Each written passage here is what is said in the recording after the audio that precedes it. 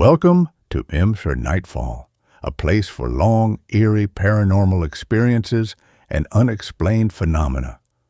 Each story is slowly narrated to help your mind relax and prepare for sleep. If you enjoy the video, like, subscribe, and comment your location below.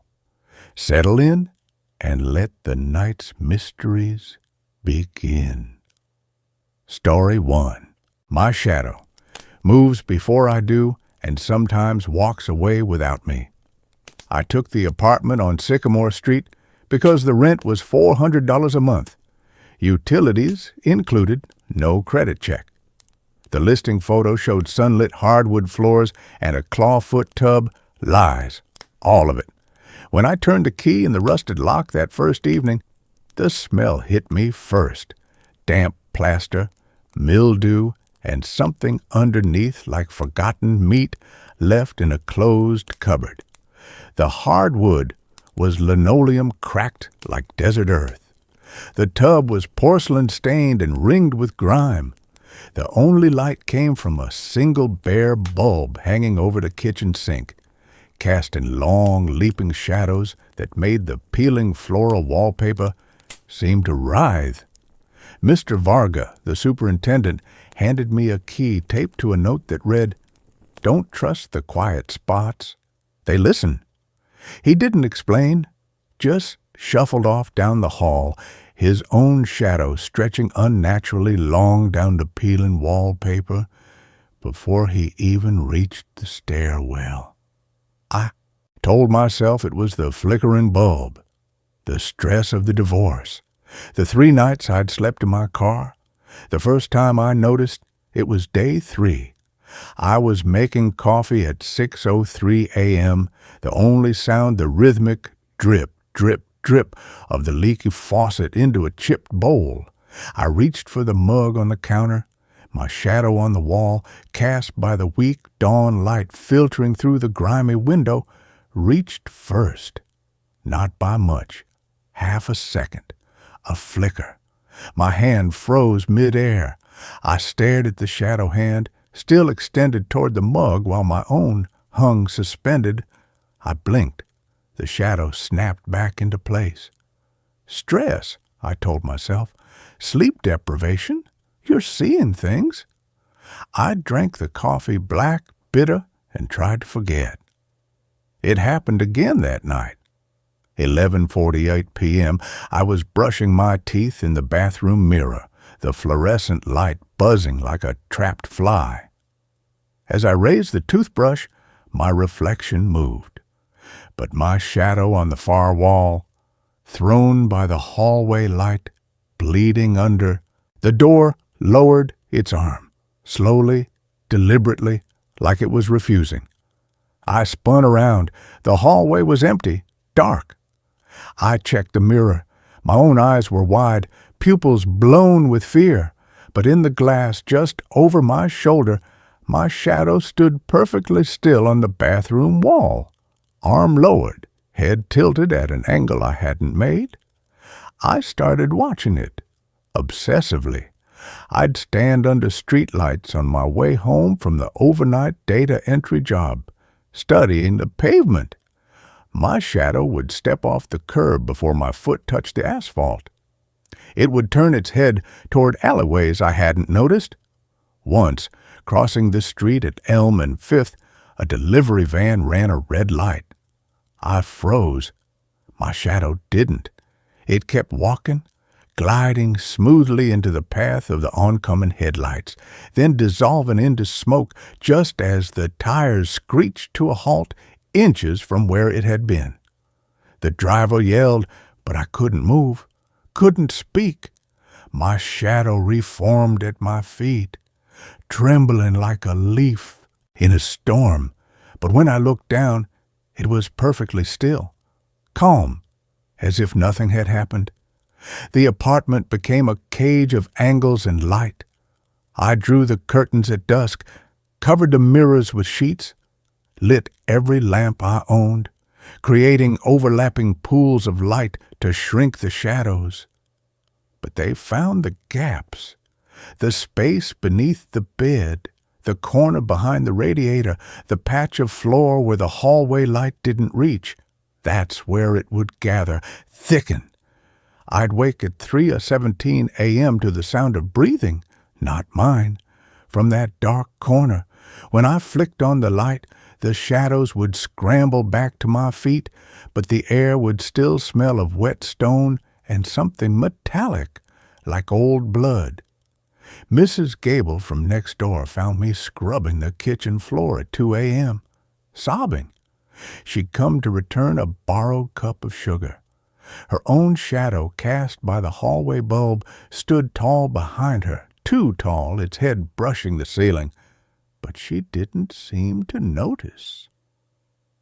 "You look like death warmed over, dear," she said gently, setting the cup down. Her eyes flicked to my shadow, huddled small and tight beneath my chair. "It's been clinging close lately, like it's scared." "Scared?" I whispered. "Of what?" "Of the places it's walked without you." She leaned closer, her voice dropping. "This building, it's got thin spots, places where the walls between here and there wear thin. Shadows slip through, especially the lonely ones." She touched my wrist. Her fingers were ice. "The last tenant, her shadow left one Tuesday. Just walked out the front door while she was making breakfast. She waited 3 days for it to come back. Then she followed it."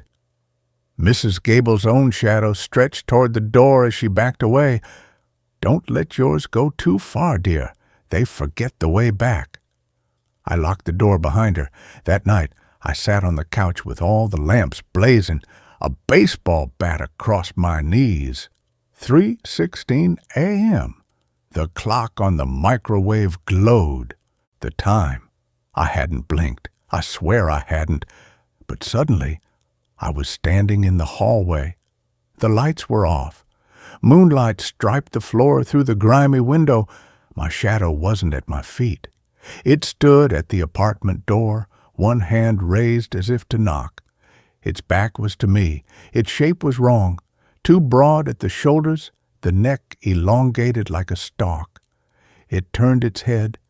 Slowly, the face was mine, but stretched, the mouth a dark slit too wide for the skull. It didn't have eyes, just hollows that drank the moonlight. It opened the door, stepped out into the silent hallway, closed the door softly behind it. I screamed, pounded on the wood. "Come back!" The knob wouldn't turn, locked from the outside. I threw myself against the door until my shoulder ached. Silence, thick, waiting. I slid down to the floor, shaking. The digital clock read 3:49 a.m., 33 minutes gone, erased, like a film reel with frames cut out. When I woke on the couch at dawn, the door was unlocked. My shadow lay small and still beneath me, as if it had never moved. But on the hallway floor, leading from the door to the elevator, were wet footprints. Not mine. Smaller, barefoot. And beside each one, a darker, deeper impression, like the shape of a shadow stepping where no light fell. The walks became routine. Every night at 3:17 a.m., my shadow would peel itself from my feet like old paint and slip out the door. I stopped locking it. What was the point? I'd sit on the edge of the bed, watching the clock, waiting for the moment it would rise. Sometimes it would pause at the door, look back at me with those hollow eye sockets, and place a finger over its lipless mouth. Shh. Other times, it would vanish without a glance, leaving behind the smell of river mud and the sound of distant bells. I followed it once.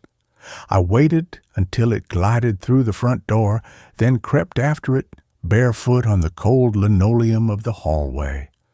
The stairwell light was out. I used my phone flashlight, the beam cutting a shaky path down the 3 flights. At the bottom, The front door of the building stood ajar. Moonlight spilled through the crack. I pushed it open. The street was empty, silent. No cars, no wind, just the sodium vapor streetlights casting their sickly orange glow on wet pavement. And there, 20 yards ahead, walked my shadow. But it wasn't alone. Dozens of others moved with it, shadows of people I'd never seen. Tall men in old-fashioned suits, women in long skirts, children holding hands, all striding silently down the center of the road. They didn't cast shadows of their own. They were the shadows. My shadow walked among them, its form shifting, growing taller, shedding the shape of me. It turned a corner onto Elm Street, leading the silent procession. I ran after it, my breath ragged in the unnatural quiet. The corner opened onto the old miller's pond. The water was black glass under the moon. The shadow people stood, shoulder to shoulder along the bank, facing the water. My shadow stood at the very edge, its back to me. It raised its arms, not in surrender, in welcome. From the pond's surface, shapes rose, not reflections. Things, darker than the water, slick and glistening, with too many limbs that dripped black liquid onto the shore. They moved toward the shadow people, not walking, but flowing, like oil. My shadow turned its head, not toward the things in the water, toward me, crouched behind a rusted swing set.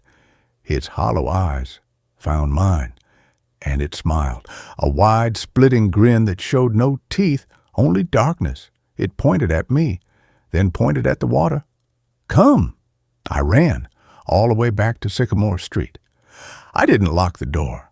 I sat on the floor with my back against it, knees pulled to my chest, until dawn bled gray at the windows. My shadow returned at 5:02 a.m. It slithered under the door, reformed at my feet, and clung to me like a second skin. It felt colder than before, hungrier. The next morning, Mr. Varga found me trying to nail boards over the windows. "They're coming for me," I whispered, hammer trembling in my hand. "The shadows in the pond." He didn't laugh. He just sighed, a sound like dry leaves skittering on stone. "You saw the crossing." He pried the hammer from my grip. His own shadow, stretched long by the morning sun, reached out and touched mine. For a second, they merged. "The pond isn't water, boy. It's a door, a thin place. The shadows that walk away, they're not lost, they're called. The things in the water hunger for the shapes of the living. They wear shadows like coats." He spat on the floorboards.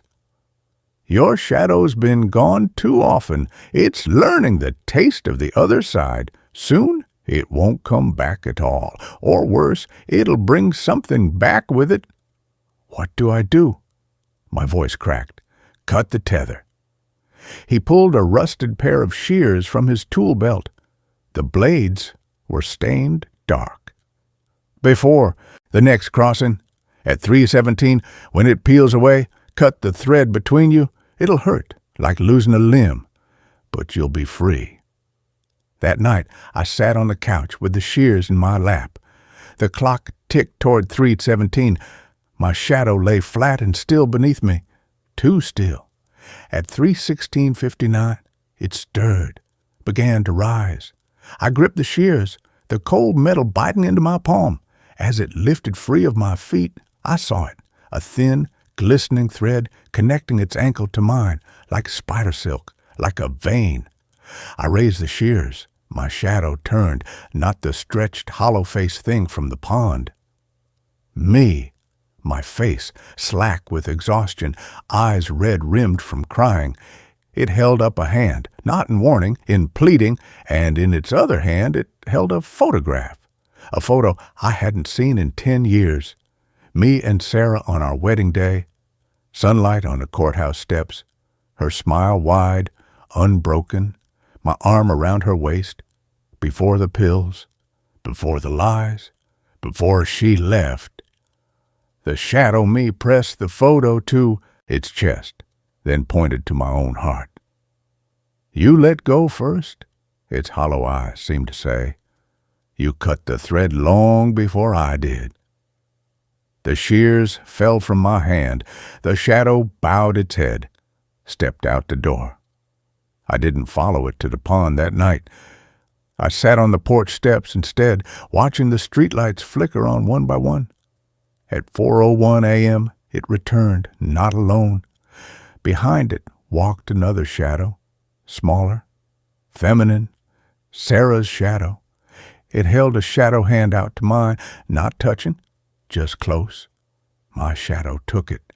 They stood together on the sidewalk, facing the apartment building, two silhouettes holding hands under the orange light, waiting. I opened the door. "Sarah?" I whispered. The shadows didn't turn. They couldn't. Shadows don't have voices. But in the silence I heard it, a soft, familiar sigh, the one she used to make when she was trying not to cry. The scent of her lavender shampoo filled the air, sharp and sweet. The shadows didn't enter. They just stood there, guarding the door, keeping the dark things at bay. Mr. Varga found me on the steps at dawn, wrapped in a blanket. He didn't comment on the two shadows standing sentinel beside me. He just handed me a thermos of hot coffee. "They're not calling you anymore," he said quietly. "They're protecting you, the ones who left. They remember what it's like to be whole." He nodded at my shadow, now standing tall and steady beside Sarah's. The thread's still there, but it's not a tether anymore. It's a bridge. I still wake at 3:17 a.m., not from fear, from habit. I pad to the window, pull back the curtain. In the street below, under the flickering sodium light, they stand. My shadow and Sarah's, sometimes hand in hand, sometimes just close. They watch the road, the pond, the dark corners where the thin places wait. They don't walk away. Not anymore. They stay. Last Tuesday, a new shadow joined them, small, wearing a baseball cap. Ben, Sarah's little brother. He'd drowned in Miller's Pond when he was 12. I never knew him, but his shadow knows mine. It nods when I wave from the window. The apartment still smells of mildew. The faucet still drips. The wallpaper still peels. But the quiet spots don't listen anymore. They're filled with the soft, steady breathing of shadows standing guard. I don't lock the door at night. I leave it unlocked, just in case Sarah's shadow ever wants to come home. Sometimes, in the deepest part of the night, I hear them, not voices, footsteps, soft, deliberate, walking the perimeter of the building, keeping the darkness out. And when I look down at my own feet in the morning light, my shadow is always there, waiting, ready. It moves when I move now. But sometimes, just for a second, I catch it glancing toward the pond. Its shoulders tense, its head tilts, listening, not to the water, to the silence between the waves. It remembers the taste of the other side, and it knows the hunger never truly sleeps. I don't cut the thread. I feed it with memories, with coffee left on the porch step at dawn, with the photograph I taped to the inside of the front door. We're not whole, not yet, but we're not alone. And in the thin places where the light barely reaches, that's enough for now. The shadows know. They always know. They're waiting for the day the thread becomes a door, and we all step through together. Until then, I leave the lamp on in the hall, for the ones who walk in the dark, for the ones who remember how to come home. That concludes this story. A new one begins now. Reality around me, flickers like a broken screen when I'm alone. I moved into apartment 3B because the rent was $425 a month, utilities included. The listing photo showed sunlit hardwood floors and a kitchen with stainless steel appliances. What I got was peeling linoleum, walls the color of dried mustard, and a refrigerator that hummed like a dying beehive. Mr. Henderson, the landlord, handed me the keys in the dim lobby of the Elm Street building, his eyes darting to the flickering fluorescent light above us. "Quiet building," he muttered, not meeting my gaze. "Just keep the lights on after dark. It saves on the electricity." He didn't explain why. I didn't ask. After the layoff and the eviction, I'd take moldy walls over sleeping in my car. The first flicker happened 3 nights later. I was microwaving frozen dumplings, the only light coming from the oven's glow. The room was silent except for the rhythmic beep, beep, beep, counting down the seconds. Then a stutter. The microwave light dimmed. The beep, beep, beep skipped like a scratched CD. The air thickened, smelling faintly of ozone and wet concrete. For half a second, the kitchen wasn't mine. The linoleum was gone. In its place stretched a narrow corridor of cracked tile, walls lined with rusted pipes that dripped black fluid. At the end of the corridor, a door stood ajar, revealing only deeper darkness. A low, grinding sound vibrated through my bones like stone dragging on stone. Then, snap, the microwave light blazed. Beep, beep, beep. The dumpling spun on the turntable. I stood frozen, spoon halfway to my mouth. The smell of pork and ginger filled the air. Normal, but my hands were shaking. I checked the apartment door. Locked. Windows sealed. I told myself it was stress, sleep deprivation, the cheap LED bulbs buzzing in the ceiling. It happened again the next afternoon. I was sorting laundry in the bedroom, folding a T-shirt. Sunlight streamed through the window, painting warm stripes on the carpet. I lifted the shirt. The light flickered, not the bulb, the sunlight. It fractured into jagged shards of static, like a TV losing signal.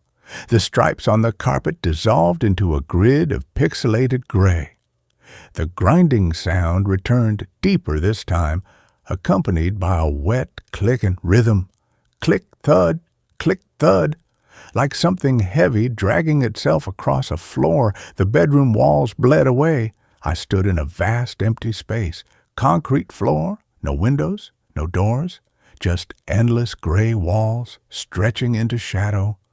High above, a single industrial light flickered erratically, casting strobing shadows that didn't match my movements. In one of those shadows, something moved, not a shape, a tear, a vertical rip in the air shimmering like heat haze, revealing only deeper static beyond. From the tear came a whisper, not in my ears, but inside my skull. Almost sinks, almost holds. I dropped the T-shirt. The static collapsed. Sunlight flooded back. The click-thud faded to the drip of the bathroom faucet. I ran to the window. Elm Street was unchanged. Cars passed. People walked dogs. Normal. But the smell of wet concrete clung to my skin. I started documenting it. My phone's notes app became a log of glitches. Oak test 12, 2:17 p.m., living room, light from window pixelated, heard grinding, smelled ozone, felt cold spot near radiator. Octay 14, 11:03 p.m., bathroom mirror flickered during toothbrushing, reflection showed cracked tiles behind me. No mirror in reflection, just darkness. Octa 17, 8:44 a.m., coffee maker display glitched, showed error, reality corrupted, reset after 10 seconds. I showed the notes to Maya, my sister, over coffee at her tidy suburban kitchen. She skimmed the list, Her brow furrowed. Liv, this sounds like sleep paralysis. Or maybe migraines? You've been under so much stress. She pushed the sugar bowl toward me. Have you slept more than 4 hours a night since the layoff? It's not sleep, I insisted, my voice tight. It's when I'm wide awake, alone. The air shudders, like the world is buffering. She reached across the table, squeezing my hand. You need to see someone, a therapist or a neurologist. This isn't healthy. Healthy? I laughed, a sharp, brittle sound. Maya, yesterday I put my keys on the counter. When I turned back, they were on the floor, not dropped. Placed, exactly where the static showed a drain grate in that concrete room. Her smile didn't reach her eyes. Grief does strange things. After Dad died, I kept hearing his whistle in the shower, for months. She changed the subject, asking about my job search. I stopped talking about the flickers. Mr. Henderson came by to fix the dripping faucet. I mentioned the weird light fluctuations. He didn't look up from his wrench. This building's old wiring, he grunted. Voltage spikes. Happens in the 70s. Builds. Keep a lamp on in every room. Steady current helps. He tightened a bolt. The dripping stopped. And don't go into the basement. Leaky pipes. Structural issues. He left without taking payment. As he descended the stairs, the hallway light above him flickered violently. For 3 seconds it wasn't Henderson walking down the steps. It was a tall, emaciated figure in a stained maintenance uniform, its limbs too long, its head tilted at an unnatural angle. Its eyes were voids. It didn't blink. When the light steadied, Henderson was gone. The stairwell was empty. I locked my apartment door and wedged a chair under the knob. The flickers grew longer, more invasive. One Tuesday, washing dishes, the kitchen dissolved. Not static this time, a seamless cut. I stood in that concrete room again. The industrial light flickered overhead. The click-thud was louder, closer. From the shadows near the tear in the air, a shape emerged, hunched, quadrupedal. Its skin was the color of old dishwater, stretched taut over too many joints. It had no eyes, only smooth, featureless flesh where a face should be. But it knew I was there. It turned its headless torso toward me. The click-thud was its movement. Metal claws, scraping concrete, a heavy, broken limb dragging behind it. It let out a wet, gurgling sound that vibrated in my molars.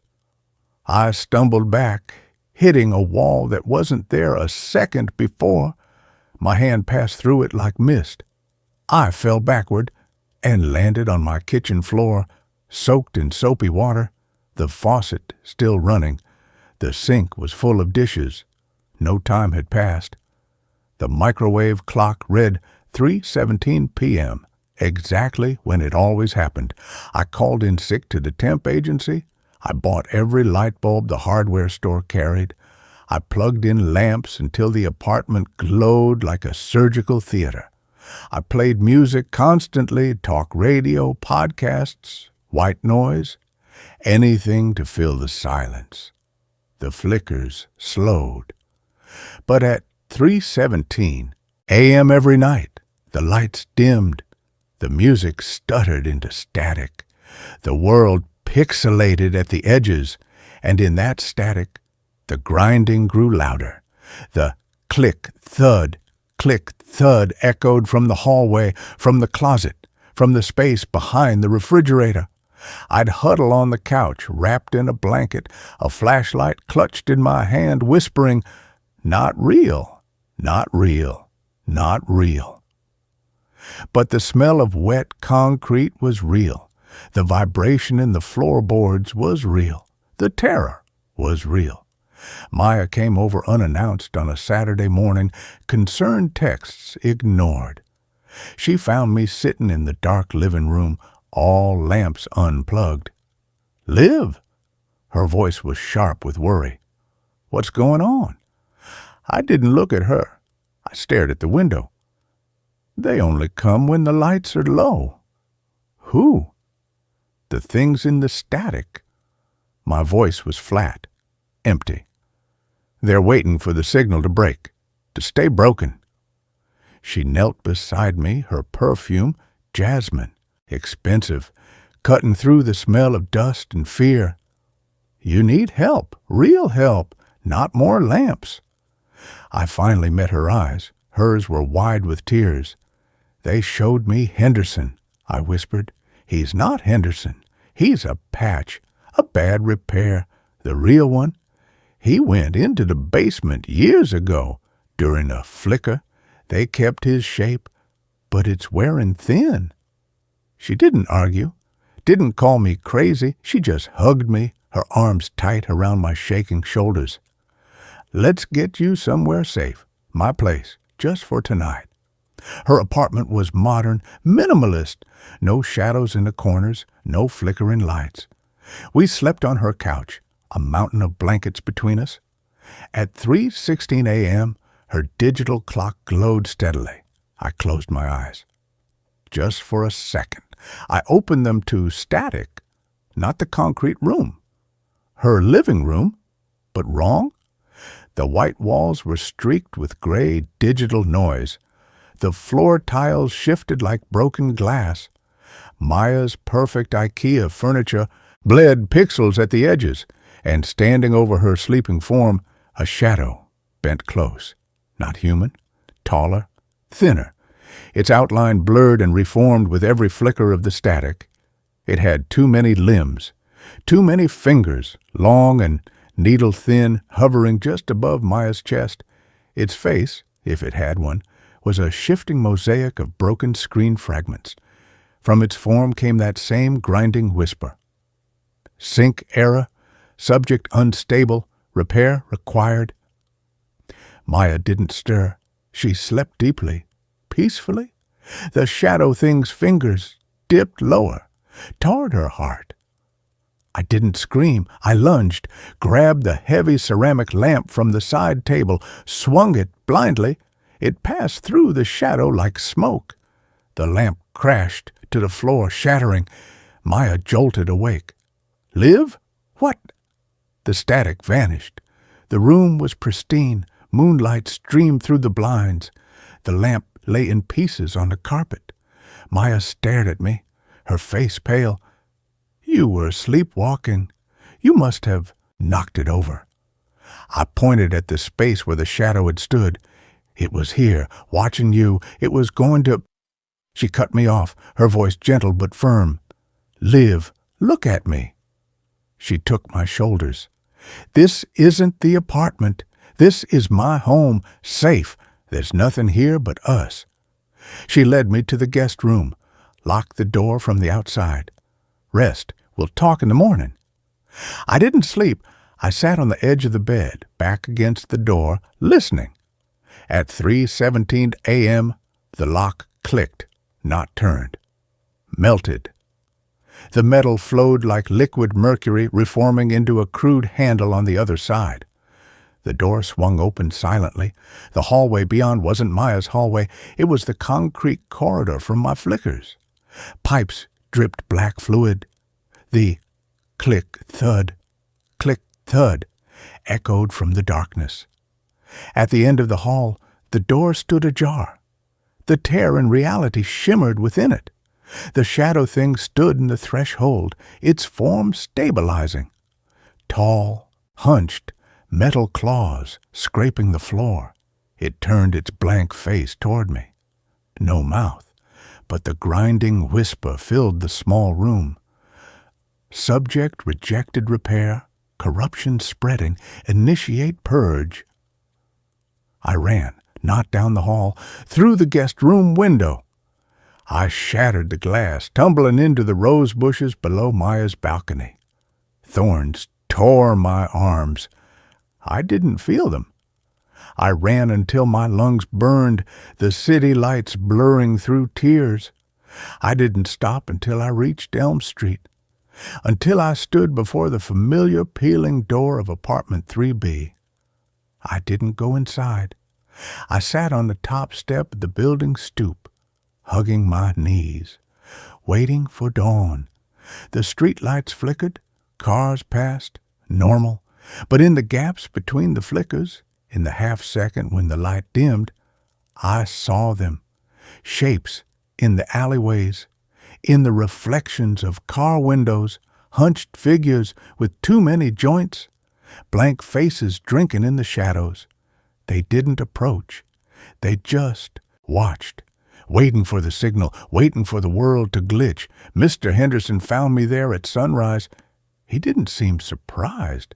He sat beside me on the cold concrete step, the smell of damp wool and motor oil clinging to him. "You saw the between," he said quietly. Not a question. "That's what the old tenants called it, the static place, where the signal phrase." He pulled a worn photograph from his coat pocket. A younger Henderson, smiling beside a woman with kind eyes and a little girl with pigtails. My family. 20 years ago, we lived here in 3B until the flickers started, for my daughter first. She'd cry about the broken TV people in her closet. He traced the girl's face on the photo. One night, during a bad flicker, she walked into the static, just stepped through the wall like it wasn't there. We never got her back. My wife. She couldn't live with the not knowing. She left, took her own way out. He folded the photo carefully. The building remembers grief. It feeds on it. The flickers are weak spots, tears, and the things in the between, they're drawn to the tears. They want to mend the broken signal, but their idea of mending is to erase the corruption, to erase us. "Why me?" I whispered. "You're hollow," he said simply. "Layoff, eviction, the loneliness after the divorce. Hollow spaces are easy to fill, easy to overwrite." He stood, brushing dust from his trousers. "There's only one way to stop it, to keep the signal stable." "How?" "You have to fill the hollow, not with things, not with people, with light, real light, unbroken light. They can't abide it." He nodded toward the rising sun. "Dawn is good, but it's not enough. You need a beacon, something that holds no static, no corruption." He reached into his pocket and pressed something cold and smooth into my palm. An old film camera, a Minolta SRT 101. My father's. He was a press photographer, covered wars, disasters. He said light that captures truth has weight. It holds the world together. Load it with real film, not digital. Film remembers light the way bones remember blood. His eyes held a deep, ancient weariness. "Take it and live. Don't develop the photos alone."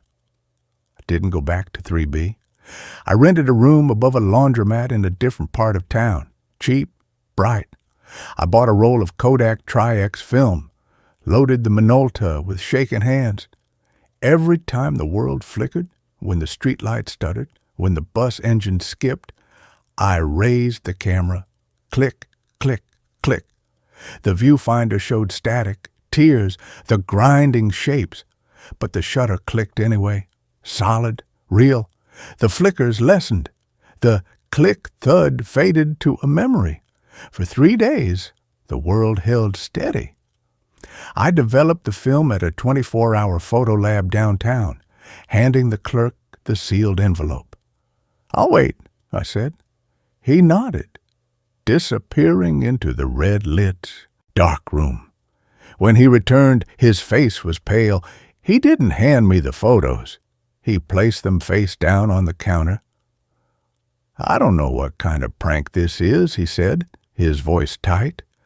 "But those images, they're not right. The negatives are blank except for one frame, and that one, he wouldn't look at me. I suggest you forget you ever took them. I took the envelope, walked to a park bench under a weak afternoon sun, opened it with numb fingers. Most prints were pure black, blank.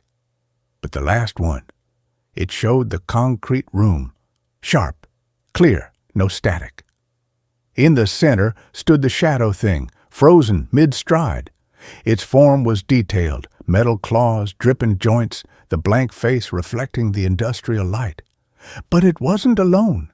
Behind it, half hidden in the shadows near the tear, stood figures. Dozens of them, men, women, children. Their features were blurred, smudged like wet ink, but their postures were unmistakable. Resignation, defeat. Their bodies flickered at the edges, dissolving into static. They weren't prisoners. They were patches, failed repairs. Henderson's daughter was among them, her pigtails barely visible, one small hand reaching toward the tear as if still trying to get back.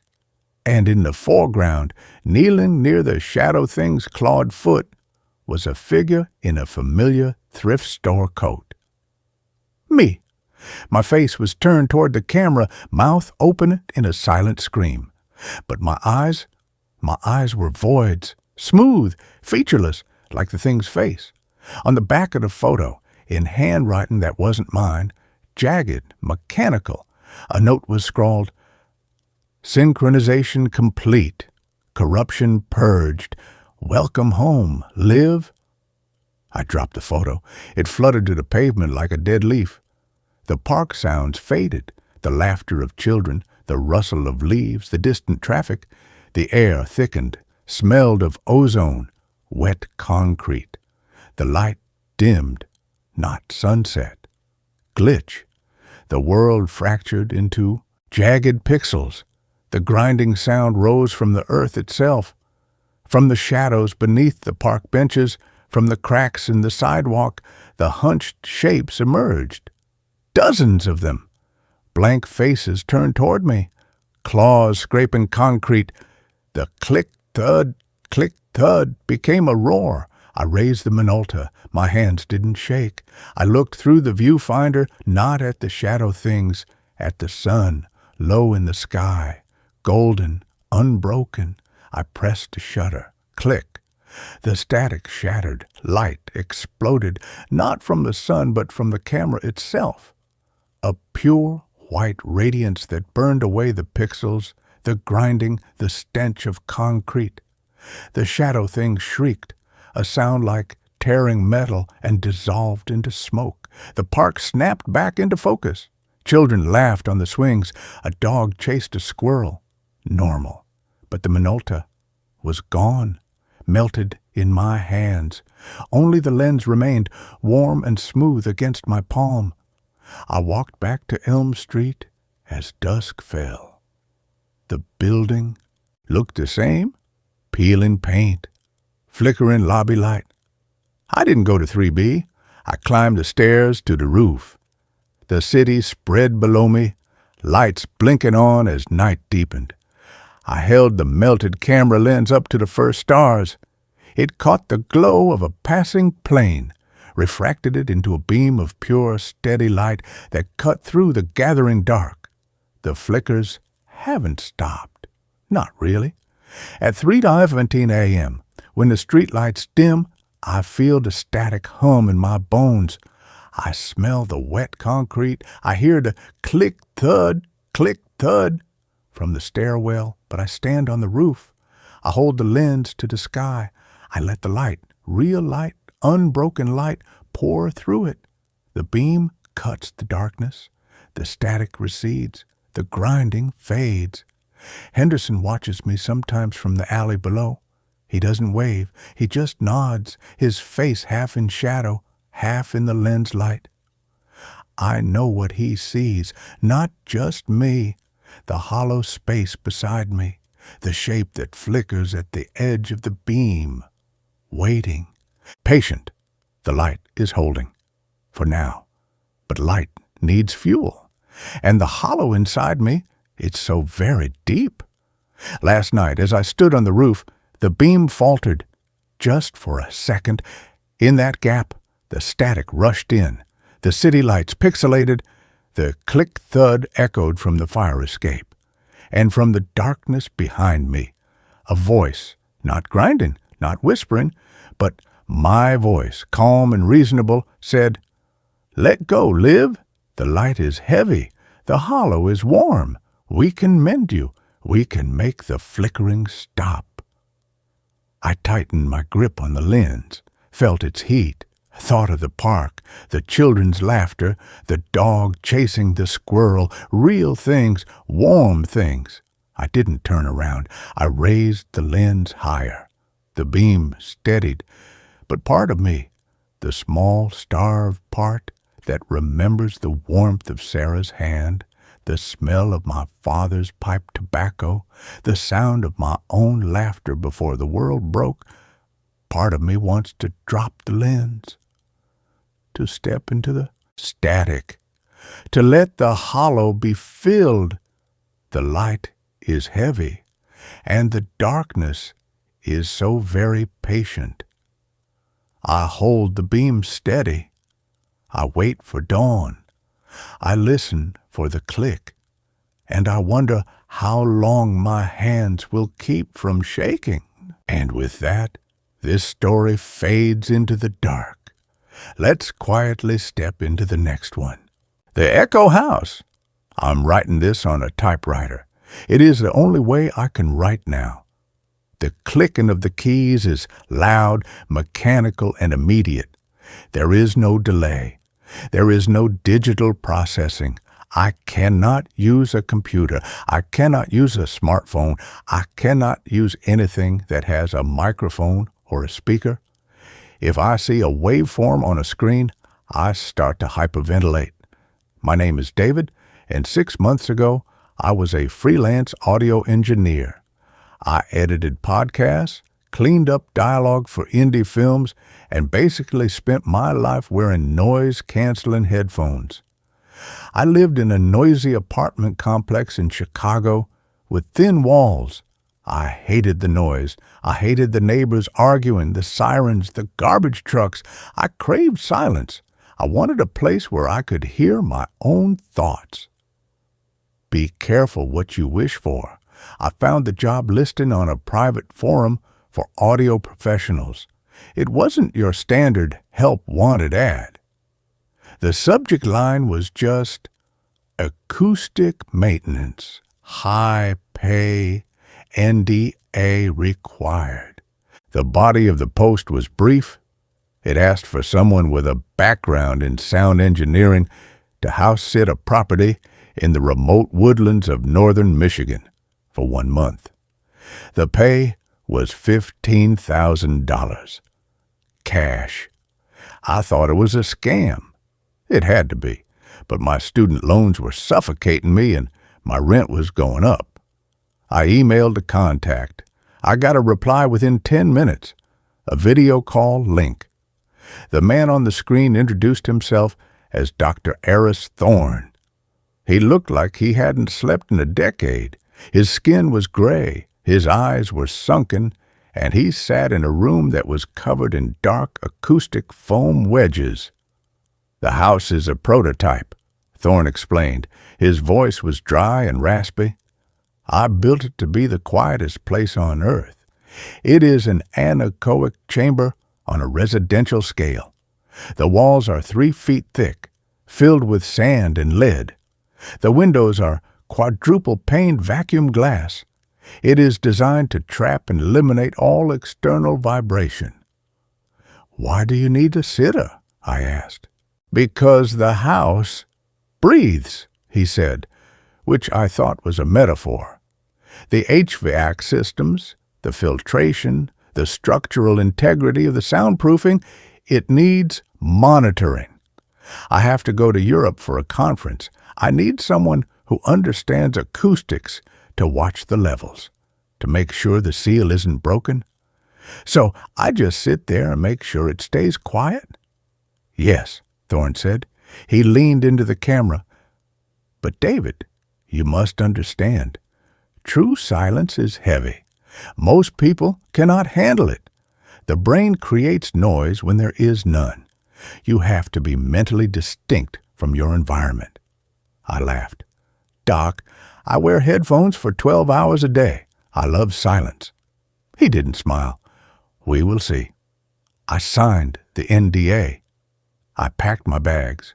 I drove 10 hours north, past the suburbs, past the farmland, deep into the dense forests of the Upper Peninsula. The GPS signal died about 20 miles out. I had to use a paper map Thorne had mailed me. The house was invisible until I was right on top of it. It was a brutalist structure, a block of dark concrete and black glass nestled in a valley. The trees around it had been cleared for 50 yards in every direction, replaced by a lawn of soft, mossy ground cover that absorbed footsteps. Thorne met me at the door. In person, he looked even worse. He was twitchy. He kept looking over his shoulder. "Here are the keys," he said, handing me a heavy ring. "Here is the logbook. You check the decibel meters in the basement, the kitchen, and the master bedroom twice a day. They should read 0, or as close to 0 as physics allows." "Got it. There is one rule," he said. He grabbed my arm. His grip was surprisingly strong. "Do not make loud noises. No music, no shouting, no slamming doors. The house is designed to capture sound. If you saturate the dampeners, the pressure builds up." "Okay," I said, pulling my arm away. "I'll be quiet." "If you hear something," he whispered, looking at the black walls of the hallway, "do not listen to it. Distract yourself. Make a small noise like a hum, but do not listen to a house." He got in his car and drove away faster than I expected.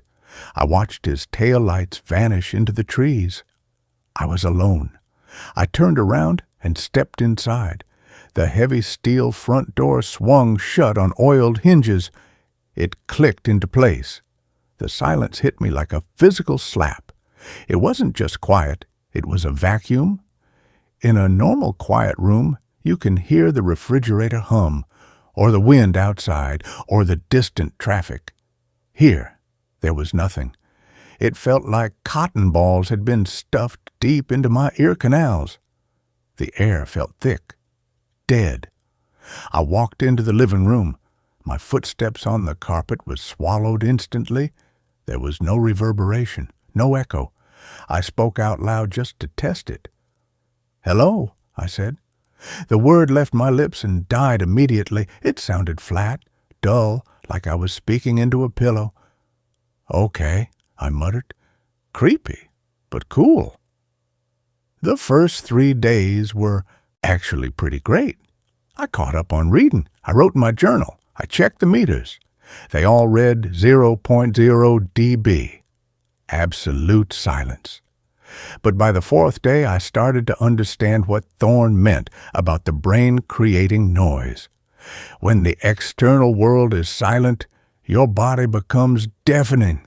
I could hear my heart beating, thump, thump, thump, thump. It sounded like a drum in the room with me.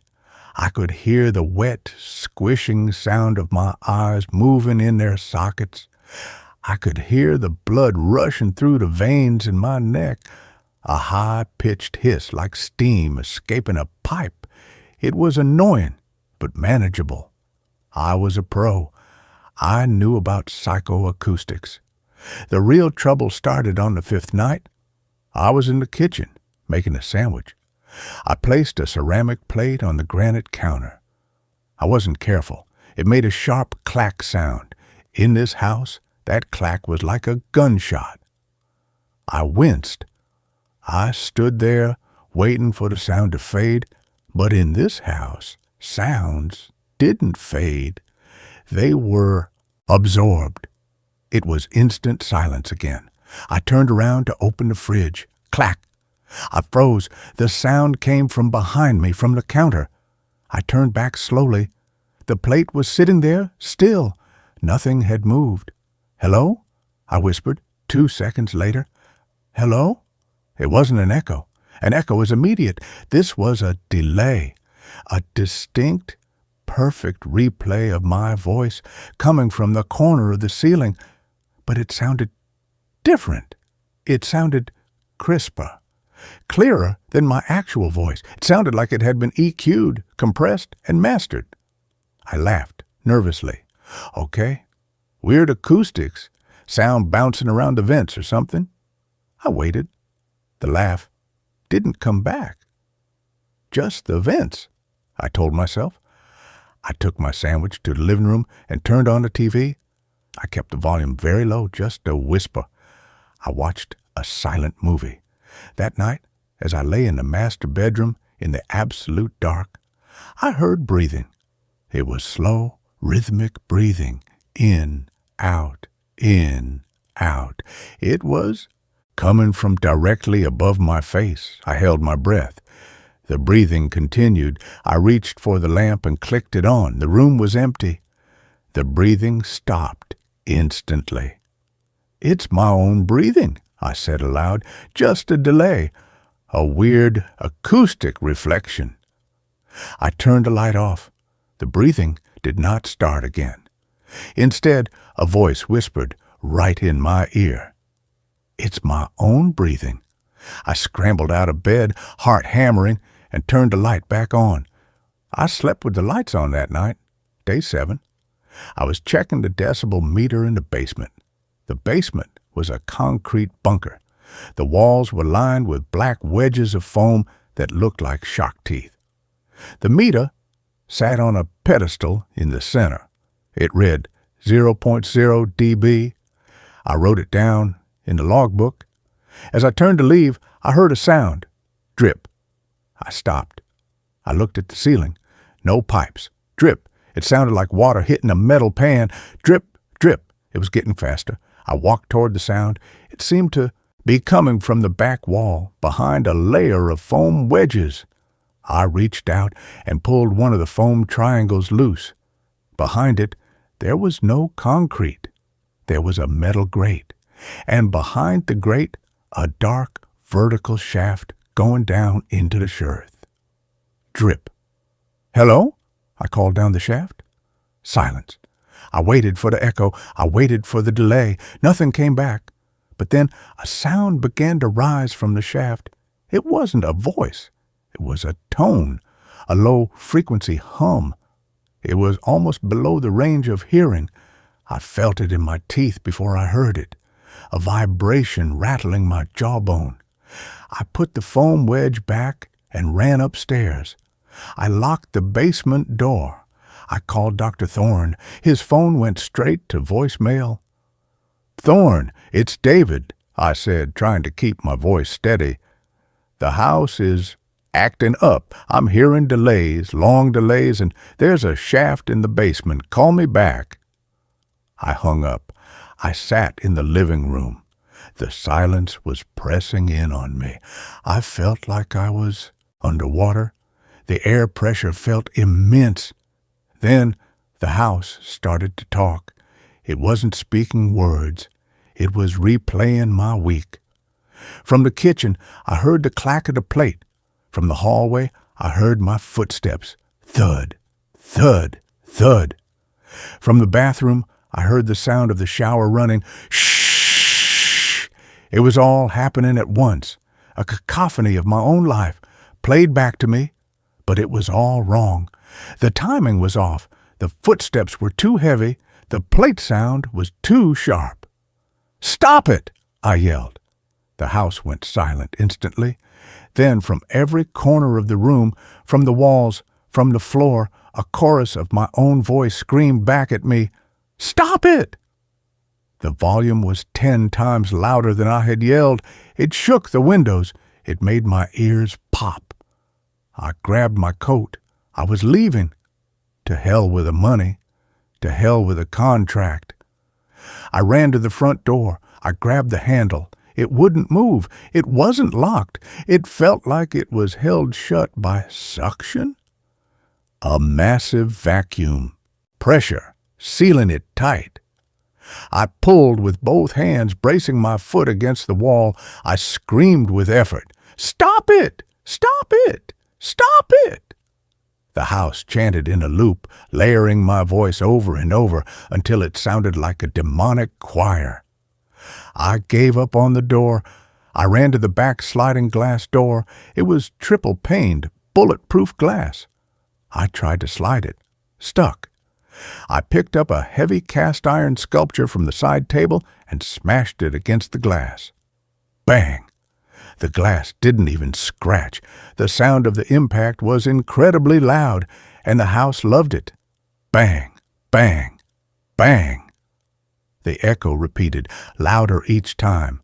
The floorboards vibrated. I covered my ears and ran to the center of the house, to the hallway, trying to get away from the noise I had created. The noise stopped. I stood there, panting, sweating. My hands were shaking.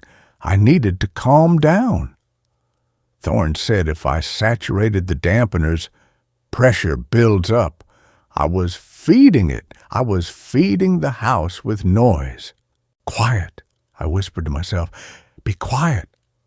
I sat on the floor in the hallway. I closed my eyes. I focused on my breathing. Slow, steady. An hour passed. The silence returned. The heavy, cotton wool silence. I opened my eyes. Standing at the end of the hallway was a man. He was facing away from me. He was wearing clothes that looked like mine. Jeans, a flannel shirt. "Who are you?" I whispered. The man didn't turn around, but he spoke. "Who are you?" It was my voice, but it wasn't coming from his mouth. It was coming from his entire body, vibrating off him like he was a speaker cone. He took a step forward. Thump!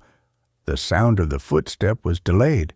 He stepped, and 2 seconds later, the sound happened. He took another step.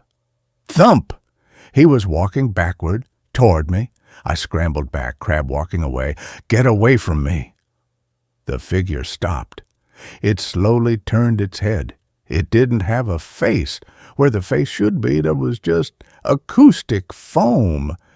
Black, jagged wedges of foam growing out of the skin, forming a pyramid pattern where eyes and a mouth should be. The foam face shifted, the wedges grinded together. A sound came from it. Not a voice.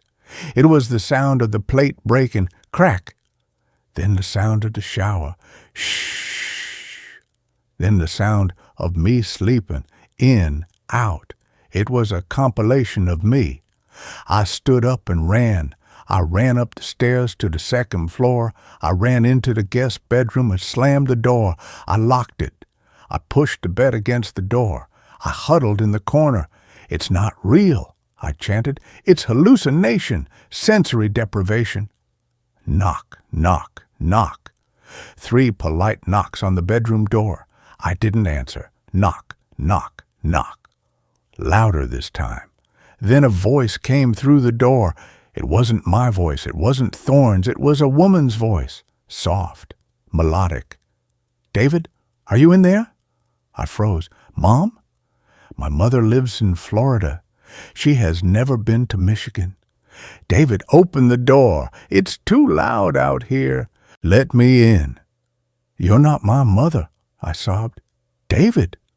The voice changed. It became deep, guttural. "Open the door." The door handle jiggled. Then the door bowed inward. The wood creaked. I looked at the window. It was sealed glass. I couldn't break it. I looked at the vent in the ceiling. The HVAC returned. It was large enough for a person. I dragged the desk under the vent. I stood on it. I used my keys to unscrew the grate. My hands were shaking so bad I dropped the keys twice. Bang! The bedroom door splintered. A black, foam-covered hand reached through the hole, groping for the lock. I got the grate off. I pulled myself up into the ductwork. It was tight, dark. It smelled of dust and old metal. I crawled. I didn't know where I was going. I just needed to get away from that room. Behind me, I heard the bedroom door smash open. Then I heard the sound of me crawling, scrape, shuffle. But it was coming from behind me. It was following me into the vents. "David," the house whispered from the metal walls. "We are still recording." I crawled faster. The metal cut my knees. I was sobbing quietly. I saw a light ahead. A grate looking down into a room I hadn't seen before. I crawled to it and looked down.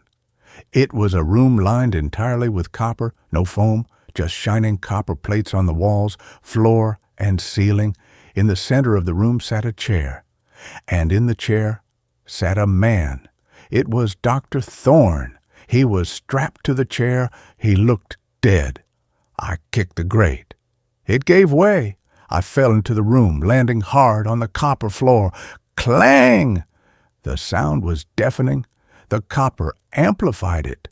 It rang like a massive bell. I rolled over, clutching my ears. I looked at Thorne. He wasn't dead. His eyes opened. They were gone. His eyes were gone. His ears were gone. They had been surgically removed. His mouth was sewn shut. He was vibrating. His entire body was shaking, vibrating with the resonance of the room. On the wall, painted in what looked like blood, were words. The resonance chamber. I stood up. Thorne was trying to scream through his sewn lips. "Mph! Mph!" Then I noticed the wires. Thorne was hooked up to machines. Wires ran from his skull into a bank of servers against the wall. He wasn't the owner. He was the battery. He was the source. The door to the copper room opened. The foam-faced creature stood there. It held a recorder in its hand, an old reel-to-reel tape recorder. It pressed play. A sound came out. It was a frequency, a tone so low and so loud it made my vision blur. It made my stomach churn. I fell to my knees. The creature walked toward me. It placed the recorder on the floor. It leaned down. The foam wedges on its face parted, revealing a dark, endless hole. "Record," it whispered. I realized then what this house was. It wasn't keeping sound out. It was harvesting it. It was a collector, and it had run out of sounds from Thorne. It needed new material. It needed my screams. I looked at the server bank, the wires. If I couldn't escape the sound, I had to kill the silence. I grabbed a heavy copper bust from a shelf.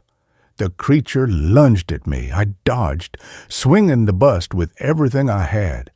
Not at the creature, at the servers. Crash. Sparks flew. The machines whined and died. Crash. I smashed the reel-to-reel player. The tape spilled out like guts. The creature shrieked. It was a sound of pure digital glitching, a corrupted audio file screaming in agony. Its form flickered. It wasn't solid. It was a standing wave, a construct of sound. As the machines died, the standing wave collapsed. The creature dissolved into thin air, leaving only a pile of black foam wedges on the floor. The humming stopped. Thorne slumped in his chair, dead. The vibration had kept his heart beating. Without it, he was just a corpse. I ran out of the copper room. I ran through the basement. I found the front door. I pushed it. It opened easily.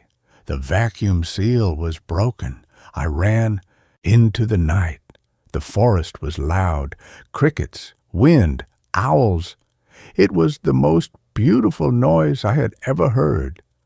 I ran until I reached the main road.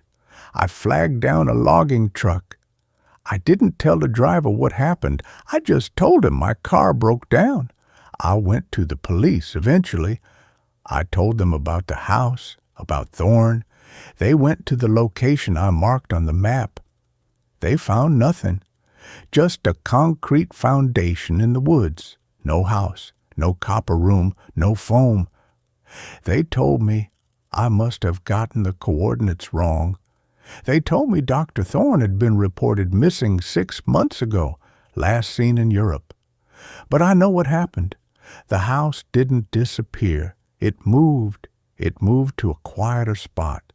And I know it's not done with me, because now I can't hear silence anymore. When I'm in a quiet room, I don't hear nothing. I hear the delay. I hear conversations I had yesterday.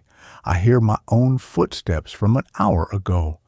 And sometimes, when I am trying to sleep, I hear a new sound. I hear the sound of a typewriter. Click, clack, click. But I don't own a typewriter. I am writing this on a typewriter in the library. But the sound I hear isn't coming from my fingers. It's coming from inside my pillows. And underneath the clicking, if I listen very closely, I can hear a voice made of static and foam. We are still recording, David. Side B is just beginning. I am going to puncture my eardrums now. It is the only way to stop the recording. I have the pencil ready. Goodbye. And with that, this story is over. Now, a new story begins. The hum of Sector 4. I am writing this manuscript by candlelight in a cabin that doesn't appear on any map. There is no electricity here. I severed the main line myself. I buried my phone in a lead box 10 miles south of here. I don't wear a digital watch. I don't use a calculator. I can't be near anything that processes data. If I hear the hum of a hard drive spinning up or the whir of a cooling fan, I start to bleed from my nose. If you are a systems administrator, a network engineer, or just some broke kid looking for a graveyard shift at a data center, listen to me. If you see a job posting for the facility near the limestone mines in Kansas, specifically for a thermal regulation specialist, do not apply. They will offer you $80,000 a year. They will offer you full benefits. They will tell you it's the easiest job in the world, just watching gauges and flipping switches. Do not sign the NDA. Do not take the elevator down. I was 28. I had a degree in HVAC repair and a mountain of medical debt from a car accident that wasn't my fault. I was working 3 jobs, sleeping 4 hours a night, and eating garbage. When the recruiter reached out to me on LinkedIn, I thought it was a scam. The pay was too high for a maintenance gig. The interview was held in a rented conference room at a Holiday Inn near the airport. The interviewer, a man named Mr. Giles, looked like a walking corpse. His skin was gray, his suit was too big for him, and his hands wouldn't stop shaking. "The job is underground," Giles said, staring at the table, refusing to make eye contact. "It is a legacy server farm, subterranean cooling, very efficient, very loud." "I'm used to loud," I said. "I worked on industrial turbines." "No," Giles whispered, "not that kind of loud. It is a drone, a constant low-frequency vibration. It affects people. We need someone with fortitude." "I have fortitude," I lied. "I just need the paycheck." He slid a contract across the table. It was thick. "Read the addendums, specifically regarding the phantom data clauses." I didn't read them. I just signed. I needed the money. The facility was located in the middle of a wheat field, marked only by a small concrete bunker and a massive ventilation tower that jutted out of the ground like a rusted obelisk. The security was tight. Biometric scanners, armed guards who didn't speak, and a decontamination shower before you even got to the elevator. The elevator ride down took 5 minutes. That's how deep it was. When the doors opened, the sound hit me. It wasn't a roar. It was a hum. A deep, resonant thrumming that I felt in my teeth before I heard it in my ears. It sounded like a choir of millions of bees, or the sound of the ocean if the ocean was made of electricity. The air was freezing cold, kept at a constant 60 degrees Fahrenheit, but it smelled of ozone, burnt copper, and something oddly organic, like wet soil. My supervisor was a man named Miller. Miller had been down there for 6 months. He wore heavy-duty earmuffs at all times. He didn't take them off when he shook my hand. He just motioned for me to follow him. The facility was a labyrinth. Endless corridors of black server racks, blinking with millions of tiny blue and green lights. The aisles stretched on for miles. It was a city of data. Miller led me to the control room. It was a glass-walled box suspended over the server floor. It was soundproofed, which was a mercy. "Take these," Miller said, handing me a pair of noise-canceling headphones. "Never take them off when you're on the floor. The frequency can cause hallucinations, paranoia, nausea. We call it the data sickness." "What are we storing here?" I asked, looking out at the ocean of blinking lights. "Is it government stuff? NSA?" Miller laughed. It was a dry, hacking sound. "Government? No. The government wishes they had this capacity. This is private, archival. We don't know who the clients are. We just keep it cold. That's the job. Keep it cold.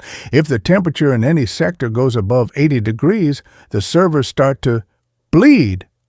Bleed. Metaphorically, Miller said quickly. They leak data, corrupt files. Just keep it cold. My shift was 6:00 p.m. to 6:00 a.m. For the first 2 weeks, it was easy. I sat in the control room monitoring the thermal maps on the screens. If a rack got too hot, I'd grab the liquid nitrogen cart, go down to the specific aisle, and flush the coolant lines. But the isolation starts to get to you. The facility was divided into sectors. Sector 1 through 3 were standard, but Sector 4? Sector 4 was different. Sector 4 was the oldest part of the facility. The racks there weren't the sleek, black, modern ones. They were old, rusted metal towers, connected by thick bundles of cables that looked like black vines. The lights on them weren't blue or green. They were amber, a sickly, pulsing orange. I hated going into Sector 4. The hum was louder. There. Even through my headphones, I could hear it. It wasn't just a machine noise. It sounded like whispering. It started on a Tuesday night, 3 weeks into the job. I was in the control room eating a sandwich. Miller was asleep in his chair. He did that a lot. The thermal map for Sector 4 flashed red. Alert, rack 409B. Temp 98F. It was spiking fast. "Miller," I said, nudging him. He grunted but didn't wake up. I grabbed a coolant kit and a keycard. "Fine, I'll do it myself." I left the soundproof booth and stepped onto the catwalk. The hum hit me instantly. Thrum, thrum, thrum. It vibrated my ribcage. I took the service elevator down to the floor of Sector 4. The air was colder here, almost freezing, yet the smell of ozone was overpowering. I walked down the aisle. The amber lights on the servers were blinking in unison. Blink, blink, blink, like a heartbeat.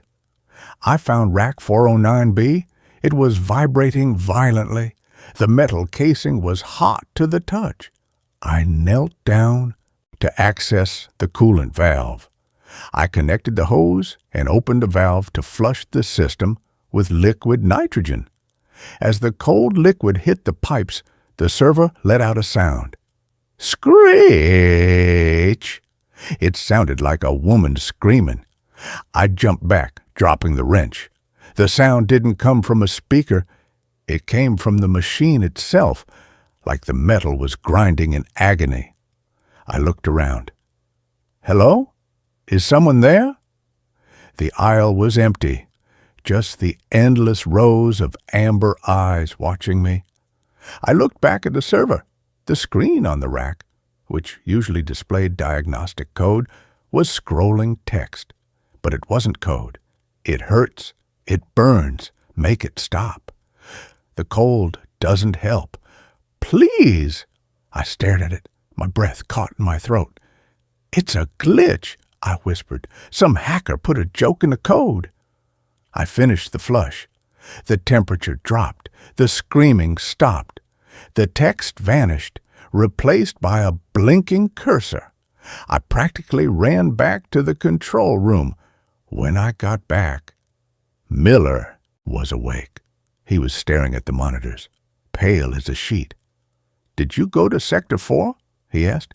Yeah, Rack 409B. Did you read the screen? Yeah, it was weird text, a glitch. Miller turned to look at me. His eyes were wide, rimmed with red. It's not a glitch, kid. That's the data. What do you mean? I told you it was archival, Miller whispered. But I didn't tell you what we're archiving. It's not emails. It's not bank records. Then what is it? Miller pointed to the floor. It's consciousness, simulation.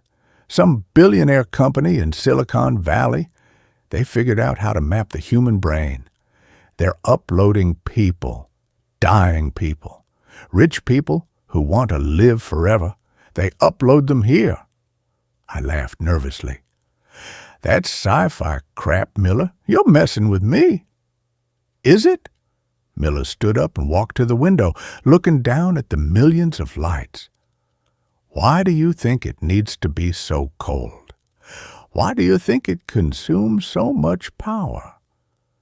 We aren't storing files. We are running simulations, millions of them. But there's a problem. What problem? The hardware, Miller said. It's too old. It's degrading. The simulations. They aren't living in paradise. They're trapped in a digital void. They're corrupting. They're going insane. The heat is them screaming. I didn't believe him. I couldn't. It was too insane. I finished my shift in silence and went home, but I couldn't sleep. The hum was still in my ears. The next night, Miller wasn't there. I was alone in the facility. At midnight, the phone in the control room rang. It was the internal line. I picked it up. Control. Help me. It was Miller's voice, but it sounded digital, compressed, full of static. Miller, where are you? You didn't show up.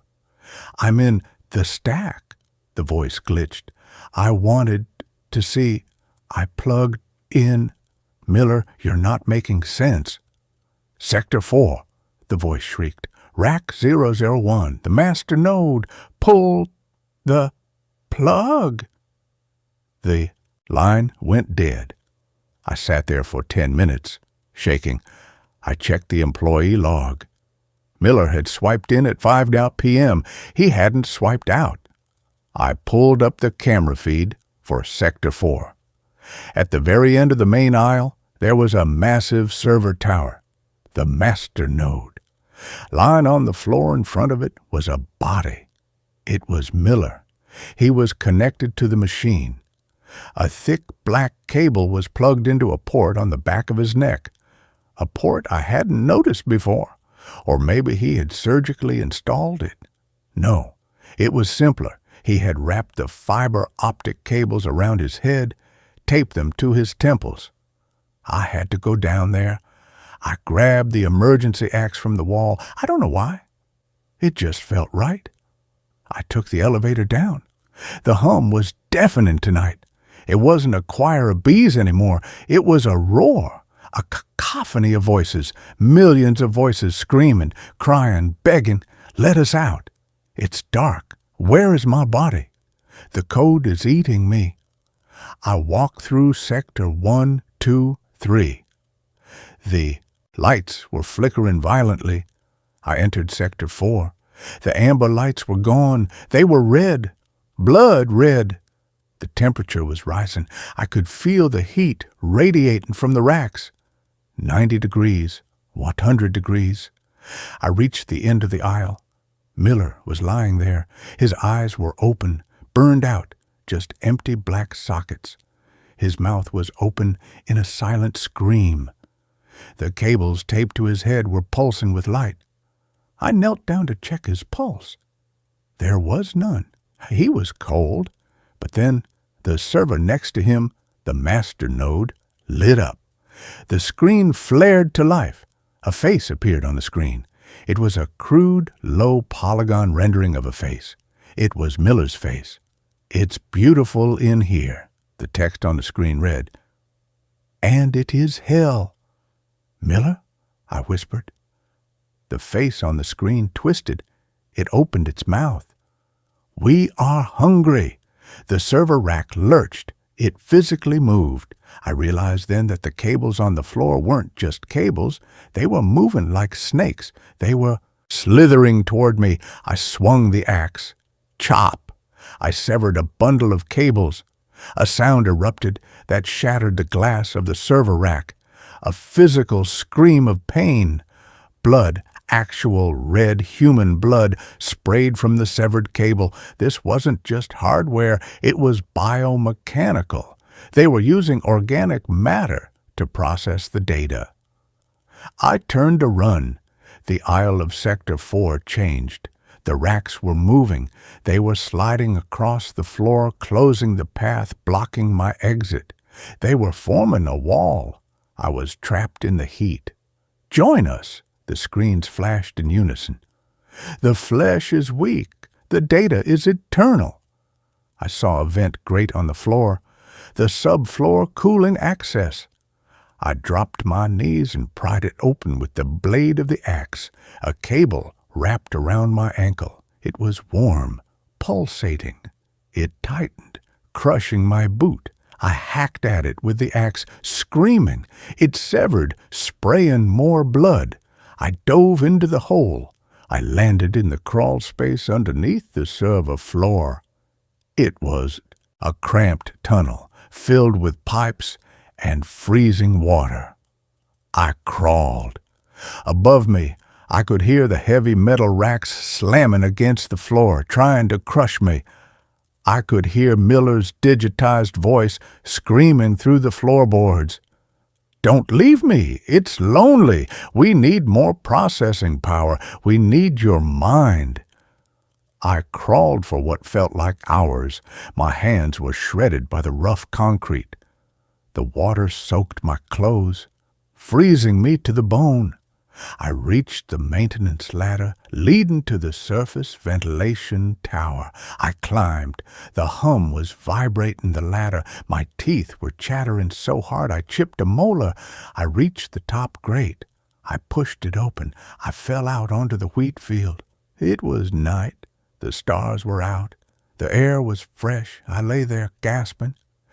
Then the ground shook. The ventilation tower next to me let out a blast of hot air, a massive plume of steam, and in the steam I saw faces.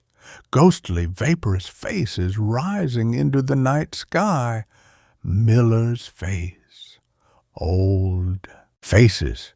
Young faces. They were venting the corrupted data. They were venting the souls. I ran to my car. I drove until the engine overheated. I stole another car. I kept driving. I thought I escaped. But yesterday, I was in a library in Colorado.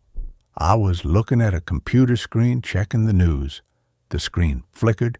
For a second, the news site disappeared. A text box appeared, searching for node, my name, signal strength, 98% downloading. My nose started to bleed. The hum started in my left ear. I smashed the monitor and ran. They uploaded a part of me. When I was down there, when the cable touched me, they copied me, or they tagged me. I am a walking receiver, and they are trying to sync. I can feel my memories fading. I try to remember my mother's face, and all I see is static. I try to remember my childhood home, and I see lines of code. They are overriding me. I am going to the cabin now. No electronics, no signals. But I'm scared, because last night I didn't dream. I just saw a loading screen, and the progress bar is at 99%. If you work in IT, if you work in data, if you hear a server humming a little too loud, or if a machine gets hot for no reason, don't fix it, unplug it, smash it, because they are trying to get out, and they are using the internet to do it. The hum is getting louder, the candle is flickering, my hand is typing this, but I'm not telling it to. System ready. Upload complete. Hello world. This story has come to an end. Let's start the next. The Night Auditor. I'm writing this to warn anyone who is thinking about taking a job just because it pays cash and asks no questions. I was 22 years old, living in my car, and I had exactly $4 to my name. I found the job on a bulletin board in a laundromat. It was a handwritten index card that just said, Night Shift Motel Clerk, 11 p.m. to 7 a.m., $15 an hour, cash. Apply at the Pines Motel. The Pines Motel was about 20 miles outside of town on a stretch of highway that truckers only used to avoid the way station. It was one of those L-shaped buildings from the 1970s with doors that faced the parking lot and a pool that had been filled with concrete years ago. The neon sign out front flickered, buzzing like an angry hornet, and the P was burnt out, so it just said, the Irons Motel. I walked into the lobby. It smelled like stale cigarette smoke and lemon pledge. The manager was a guy named Earl. He was missing 2 fingers on his left hand and looked like he hadn't slept in a week. "You got a car?" Earl asked me. "Yes," I said. "You scared of the dark?" "No." "You got a problem with silence?" "No." He threw a set of keys on the counter. "You're hired. Don't let the junkies sleep in the lobby. Don't give refunds after 15 minutes. And the most important rule, do not open the lobby doors between 3 a.m. and 4 a.m. I don't care if the Pope is out there knocking. You keep them locked, understand?" I thought it was weird, but I nodded. "Sure. Why?" Earl didn't look at me. He just started counting cash from the register. "Because that's the quiet hour. We like to keep it quiet." He left me there. The first week was boring. I sat behind the bulletproof glass, watched Netflix on my phone, and checked in the occasional truck driver or tired couple. I did the laundry in the back room. Sheets, towels, pillowcases. The machines were loud, rhythmic. Thump, swish, thump, swish. It was hypnotic. I got used to the sounds of the motel. The ice machine down the hall that groaned every hour, the vending machine that hummed, the traffic on the highway, which usually died down around 1 o'clock a.m. But then the second week started, and I learned why the pay was so good. It was Tuesday, 3:15 a.m. I was reading a magazine, fighting to stay awake. The lobby doors were locked, just like Earl said. The lights in the parking lot were dim, casting long orange shadows across the asphalt. Knock, knock, knock. It was a polite knock. Soft. 3 distinct taps on the glass of the front door. I looked up. Standing outside was an old woman. She looked harmless. She was wearing a pink nightgown and holding a purse. She looked confused. I reached for the button under the counter to buzz the door open. It was instinct. A sweet old lady needing help. Then I remembered Earl's rule. Do not open the doors between 3 a.m. and 4 a.m. I hesitated. I leaned into the microphone that let me talk through the speaker outside. "Can I help you, ma'am?" I asked. The woman smiled. It was a nice smile at first. "I forgot my key, sweetie. I'm in room 12. Can you let me in so I can get a spare?" I checked the computer. Room 12 was empty. We hadn't rented it out in 3 days because the AC unit was broken. "Ma'am, room 12 is vacant," I said, my voice shaking a little. Her smile didn't change. It didn't drop. It didn't twitch. It stayed frozen. "No, sweetie, I'm in room 12. My husband is waiting. It's cold out here. Please open the door." "I can't do that," I said. "I can call the police if you're lost." The moment I said, "police," her face changed. It didn't turn angry. It just stopped looking human. Her eyes went wide, too wide, like she was forcing her eyelids open with invisible fingers. Her jaw went slack. "Open the door," she said. Her voice wasn't an old woman's voice anymore. It was flat, monotone. "Open the door, open the door, open the door." I backed away from the glass. I went into the back office and watched her on the security monitor. On the screen, the parking lot was empty. I looked through the glass again. She was standing right there. I looked at the monitor. Empty. I sat in the corner of the office until the sun came up. When 4:00 a.m. hit, I looked out. She was gone. I told Earl about it the next night when he came to relieve me. "Yeah," Earl said, drinking his coffee. "That's Mrs. Gable. She died in room 12 in 1998. Heart attack. She tries to get in sometimes. Good job keeping the door locked." He said it so casually, like he was talking about the weather. I needed the money, so I stayed. I told myself it was a hallucination from lack of sleep. 2 nights later, it happened again. 3:30 a.m. Bang, bang, bang. This time, it wasn't polite.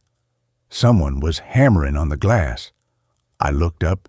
It was a man in a police uniform. He looked frantic. He had blood on his forehead. "Open up," he screamed. "There's been an accident. I need to use the phone. My radio is dead." My heart hammered in my chest. A cop.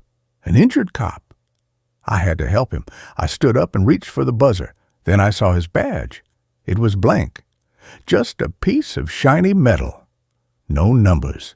No name. I looked at his police car in the parking lot. There wasn't one. He had just appeared. "Where is your car, officer?" I asked through the speaker. He stopped banging. He stared at me. His eyes were black, not dark brown. Black. No whites. "The car's down the road," he said. His voice was smooth, too smooth, like a radio DJ. "Just open the door, kid. Don't you want to be a hero?" "I'm calling 911, I said. He laughed. It was a terrible sound. It sounded like metal grinding on metal. "The lines are down, kid. You know they are." I picked up the lobby phone. Dead tone. I looked back at the door. The cop was pressing his face against the glass. His nose was squashed flat. He was licking the glass. A long gray tongue slid up the pane, leaving a smear of slime. "Let me in," he whispered. "I'm so hungry." I ran to the back room and locked myself in the laundry closet. I sat on a pile of dirty towels and covered my ears. I could hear him banging on the glass for an hour. Bang, bang, bang. "Open up, open up." Then, at 4:01 a.m., silence. I came out. The glass was smeared with grease, but there was no one there. I started looking for another job that morning, but I couldn't find one. I was stuck. The final straw happened on my last night. It was raining. A heavy thunderstorm rain that shook the windows. I was prepared. I had headphones. I had my back to the door. I was going to ignore everything until 4 a.m. At 3:15 a.m., the phone behind the desk rang. Not the lobby phone, the internal phone, the one that guests used to call the front desk. I looked at the caller ID, room 109. Room 109 was at the far end of the lot. It was the storage room. Earl kept old mattresses and broken lamps in there. It didn't even have a bed. It was locked from the outside, with a padlock. I let it ring, ring, ring, ring. It wouldn't stop. Finally, I picked it up. "Front desk." "He's in here," a voice whispered. It was my voice. I froze. "What?"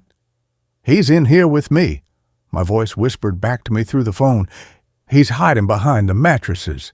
He's waiting for you to come check the room." I slammed the phone down. Then I saw movement on the security cameras. Monitor 4 showed the walkway outside room 109. The door to room 109 was open. I knew I had locked it. Earl had the only key. I watched the screen. Something was crawling out of the room. It looked like a spider, but it was the size of a man. It had too many limbs. It was naked, pale, and hairless. It crawled along the concrete walkway, moving jerky and fast. It crawled up the wall and onto the roof. It was heading toward the lobby. I heard the sound of footsteps on the roof above my head. Thump, thump, thump. Dust fell from the ceiling tiles. I grabbed the master. Keys. I grabbed my backpack. I didn't care about the money anymore. I ran for the back exit, the door that led to the alley behind the motel. I pushed the crash bar. It didn't move. It was chained shut from the outside. I panicked. I turned around. The ceiling tiles in the lobby were lifting up. A pale, long hand reached down. Fingers that were 6 inches long grasped the edge of the tile. I ran to the front doors, the glass doors. It was 3:45 a.m. I didn't care. I hit the unlock button. I pushed the doors open. The cool night air hit my face. I ran into the parking lot. "Hey!" a voice yelled. I screamed and spun around, raising my fists. It was a trucker, a big guy in a flannel shirt. He was standing by his rig, smoking a cigarette. He looked at me like I was crazy. "You okay, son?" he asked. I looked back at the motel. The lobby was empty. The ceiling tiles were in place. The door to room 109 was closed and padlocked. I need a ride," I gasped. "Please, just get me away from here." The trucker looked at my shaking hands. "Hop in. I'm heading to Phoenix." I got in that truck, and I never went back for my car. I left my clothes, my phone charger, and my $4 in the glove box. I called Earl from a payphone in Arizona 2 days later. "I quit," I said. Earl didn't sound surprised. "Okay, you made it longer than the last guy." "Earl," I asked, my voice trembling, "what is in room 109? There was a long silence. "We don't have a room 109, Earl said. "The numbers jump from 108 to 110. Bad luck number." "I saw it," I said. "I got a call from it." "Son," Earl whispered, and for the first time he sounded scared. "If you answered that call, you need to keep moving. Don't stay in one place for more than 2 nights. It tracks the signal." He hung up. That was 6 months ago. I live in motels now, different ones every night. I pay cash. I never give my real name.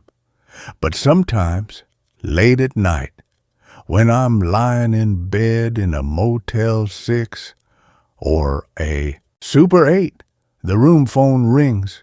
I never answer it, but I can see the light blinking, and if I listen closely through the thin walls, I can hear a scratching sound coming from the ceiling, like long, pale fingernails dragging across the drywall. And then I hear my own voice whispering from the ventilation vent, "Open the door. It's quiet time." I pack my bag, I climb out the window, and I run. I don't know how long I can keep running. I'm so tired. But I know one thing for sure. I am never, ever taking a night shift job again. And with that, this story is over. Now, a new story begins. The Night Courier. I am writing this on a burner phone I bought at a gas station in New Mexico.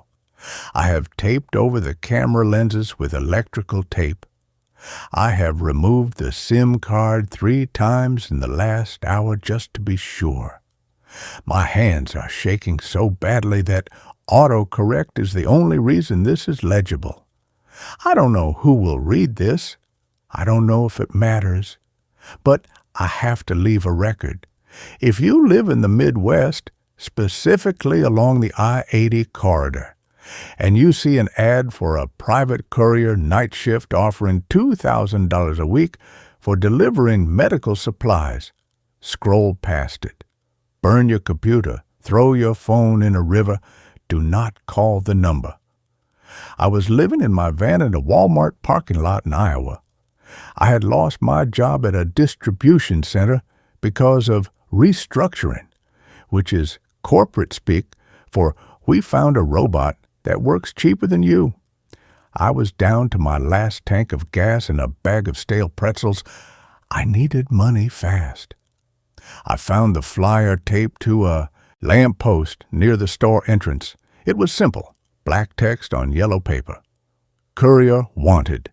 Nights only. High pay. Discretion required. Call Mr. Vance. I called. A man answered on the second ring. His voice was smooth, calm, like a late-night radio DJ. Can you drive a manual transmission? He asked. Yes, I lied. I could learn. Are you comfortable with long distances in the dark? Yes. Can you follow instructions without asking questions? For $2,000 a week? I'll drive blindfolded. He chuckled. It was a dry sound. Meet me at the rest stop off exit 240 at midnight. Look for the black sedan. I showed up. The rest stop was deserted, bathed in flickering orange sodium lights. A black Lincoln Town car was idling near the restrooms. The windows were tinted so dark they looked painted. I knocked on the glass. It rolled down. Mr. Vance was older than he sounded. He wore a crisp suit and sunglasses, even though it was midnight. He didn't look at me. He looked straight ahead at the highway. The job is simple, he said, handing me a heavy envelope and a set of keys. Take the white van parked around the back. In the back of the van, there is a cooler. Do not open the cooler. Do not adjust the temperature settings. Deliver it to the address inside this envelope. You have exactly 6 hours. If you are late, do not deliver it. Just leave the van and walk away. We will find it. What's in the cooler? I asked. Medical samples, he said. Very sensitive, very expensive, and very volatile. He handed me $500 cash. For gas and food, you get the rest upon delivery. I walked around the building. There was a white Ford Transit van. It looked normal, except the windows were painted over with white paint from the inside. I unlocked it and got in. It smelled of bleach and ozone. The cooler was in the back. It was a heavy industrial metal box bolted to the floor. It had a digital display on the lid. 30 at the craft. It hummed loudly. I opened the envelope. The address was a farmhouse in Nebraska, 400 miles away. I started driving. The first 2 hours were fine. Just me, the road, and the hum of the cooler. The hum was annoying, a low-frequency vibration that rattled my teeth. Vroom, thump. Vroom, thump. Around 2 a.m., I was in the middle of nowhere. Cornfields stretched out on both sides of the highway, endless walls of black stalks. That's when the cooler started making noise. Thump. It sounded like something heavy hit the inside of the lid. I checked the rearview mirror. The cooler was vibrating. Thump, thump. It's just the compressor, I told myself. Old fridge unit. Then a voice came from the back of the van. Let me out. I slammed on the brakes. The van skidded to a halt on the shoulder. I turned around, heart pounding. Hello? Silence. Just the hum of the cooler. I waited a minute. Nothing. Sleep deprivation, I muttered. Too much coffee. I merged back onto the highway. 10 minutes later, it happened again. It's cold in here.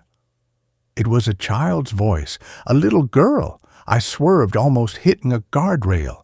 I pulled over again. I grabbed the tire iron from under the seat. I crawled into the back of the van. The cooler sat there, innocent and cold. Is someone in there? I yelled. No answer. I put my ear against the metal lid. Scratch, scratch, scratch. Fingernails on metal. Frantic scratching. Please, mister, the girl's voice whispered, muffled by the insulation. I can't feel my fingers. Let me out. My stomach dropped. Medical samples, my ass. I was trafficking a kid. I was a monster. I grabbed the latch on the cooler. I had to open it. I had to save her. But then I remembered Vance's words. Do not open the cooler. And very volatile. What if it wasn't a kid? What if it was a recording? A trick? I looked at the digital display, 30 ideograph. If there was a kid in there, she was freezing to death. I made a decision. I popped the latch. The lid hissed. As the seal broke, cold air rushed out, smelling of formaldehyde and copper. I threw the lid open. The cooler was empty. Well, not empty. There was a small glass vial in the center, sitting in a foam cutout. Inside the vial was a dark purple liquid that swirled on its own. But there was no girl, no source of the scratching. I stared at it. I touched the inside walls. Solid metal. Then the liquid in the vial stopped swirling. It pressed against the glass, forming a tiny face, a screaming face. And the voice came from the vial. You let the cold out. The voice wasn't a little girl anymore. It was deep, demonic, vibrating in my skull. I slammed the lid shut and latched it. My hands were shaking. I climbed back into the driver's seat. Just deliver the package, I chanted. Just deliver the package. I drove faster, 90 manab twaimert. But now the van wasn't alone. I looked in the side mirror. A car was following me, a black sedan, no lights. I sped up. It sped up. I took an exit onto a dirt road, trying to lose it. The sedan followed, its tires crunching on the gravel. I was miles from the drop-off. The cornfields were closing in. Suddenly the cooler started screaming. Not a voice. A high-pitched electronic shriek that pierced my eardrums. The display on the lid was flashing red. Containment breach. Temperature rising. 40 degree, 45 degree, 50 degree. The heat coming off the cooler was intense. It was heating up from the inside. Burn, the voice screamed from the back. Burn it all. The black sedan rammed the back of the van. Crash. I lost control. The van spun out, sliding into a ditch. The engine died. Silence. I sat there, dazed. My head hit the steering wheel. Blood trickled into my eye. I saw headlights approaching. The sedan stopped at the top of the ditch. Doors opened. 2 men in suits got out. They wore gas masks. They walked down the slope toward the van. I grabbed the tire iron. I wasn't going down without a fight. But they didn't come for me. They went to the back doors. They ripped them open. One of them pulled a device out, a flamethrower. Wait, I screamed. I'm in here. They ignored me. The man with the flamethrower aimed it at the cooler. Whoosh! A jet of fire engulfed the back of the van. I scrambled out the driver's side door, crawling into the cornfield. The heat was searing. The van exploded. Boom! I covered my head as metal debris rained down. I peeked through the corn stalks. The cooler was glowing red hot in the wreckage, but it wasn't melting. It was opening. The lid flew off, and something rose out of the fire. It wasn't a liquid anymore. It was a cloud, a purple, swirling cloud of smoke that took the shape of a man, a giant, towering man made of shadow and gas. The men in suits didn't run. They stood there calm. One of them pulled out a specialized vacuum device, like a Ghostbusters pack. They turned it on. A vortex of suction pulled at the smoke creature. The creature roared. It was a sound that broke the windows of the sedan. I am eternal. The vacuum sucked it in. Slowly, inch by inch, the purple smoke was dragged into the containment unit. Once it was gone, the men clamped the unit shut. They looked at the burning van. "Driver's gone," one said. His voice was muffled by the mask. "Doesn't matter," the other said. "He was contamination. The breach is contained." They walked back to their car and drove away. I waited in the cornfield for an hour. I waited until the fire died down. Then I walked. I walked for 10 miles to the nearest town.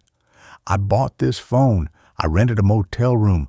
I thought it was over. I thought I was just a witness to some secret government cleanup. But this morning I woke up. I went to the bathroom to wash my face. I looked in the mirror. My eyes. My irises aren't brown anymore. They are purple, swirling dark purple. And when I speak, there is an echo. A second voice underneath mine, a little girl's voice. "We are safe now," it whispers when I talk. "We are warm." I didn't just open the cooler, I breathed it in. When the seal broke, when the air rushed out, I inhaled it. I am the container now, and I can feel it changing me. My skin is getting hard, cold, my blood feels thick, and I have an urge, a terrible, overwhelming urge. I want to go to the city. I want to go to a crowded place, a mall, a stadium, and I want to scream. I want to open my mouth and let it all out. I am fighting it. I am driving into the desert. I am going where there are no people. But the voice is getting louder. "Share us," it says. "Share the gift. If you see me, if you see a man with purple eyes driving a stolen car, run. Don't let me speak. Because I think if I scream, the world ends." And with that, this story fades into the dark. Let's quietly step into the next one. The radio in my car plays stations that don't exist anywhere. I bought the 9-8 Buick Park Avenue because it was the only thing my frayed credit could handle after the layoff. Rain sheeted down the windshield as I signed the papers in Mr. Henderson's cluttered office above his used car lot. The scent of mildew and stale coffee hung thick in the air. He avoided my eyes while sliding the keys across the desk, his knuckles swollen with arthritis. "Run smooth," he mumbled, tapping the odometer with a yellowed fingernail.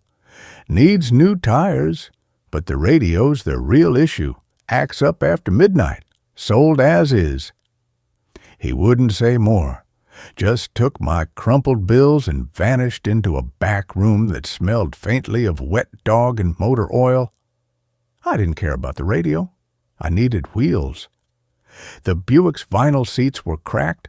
The odometer read 108 FL, 342 miles, and the glove compartment latch was held together with duct tape.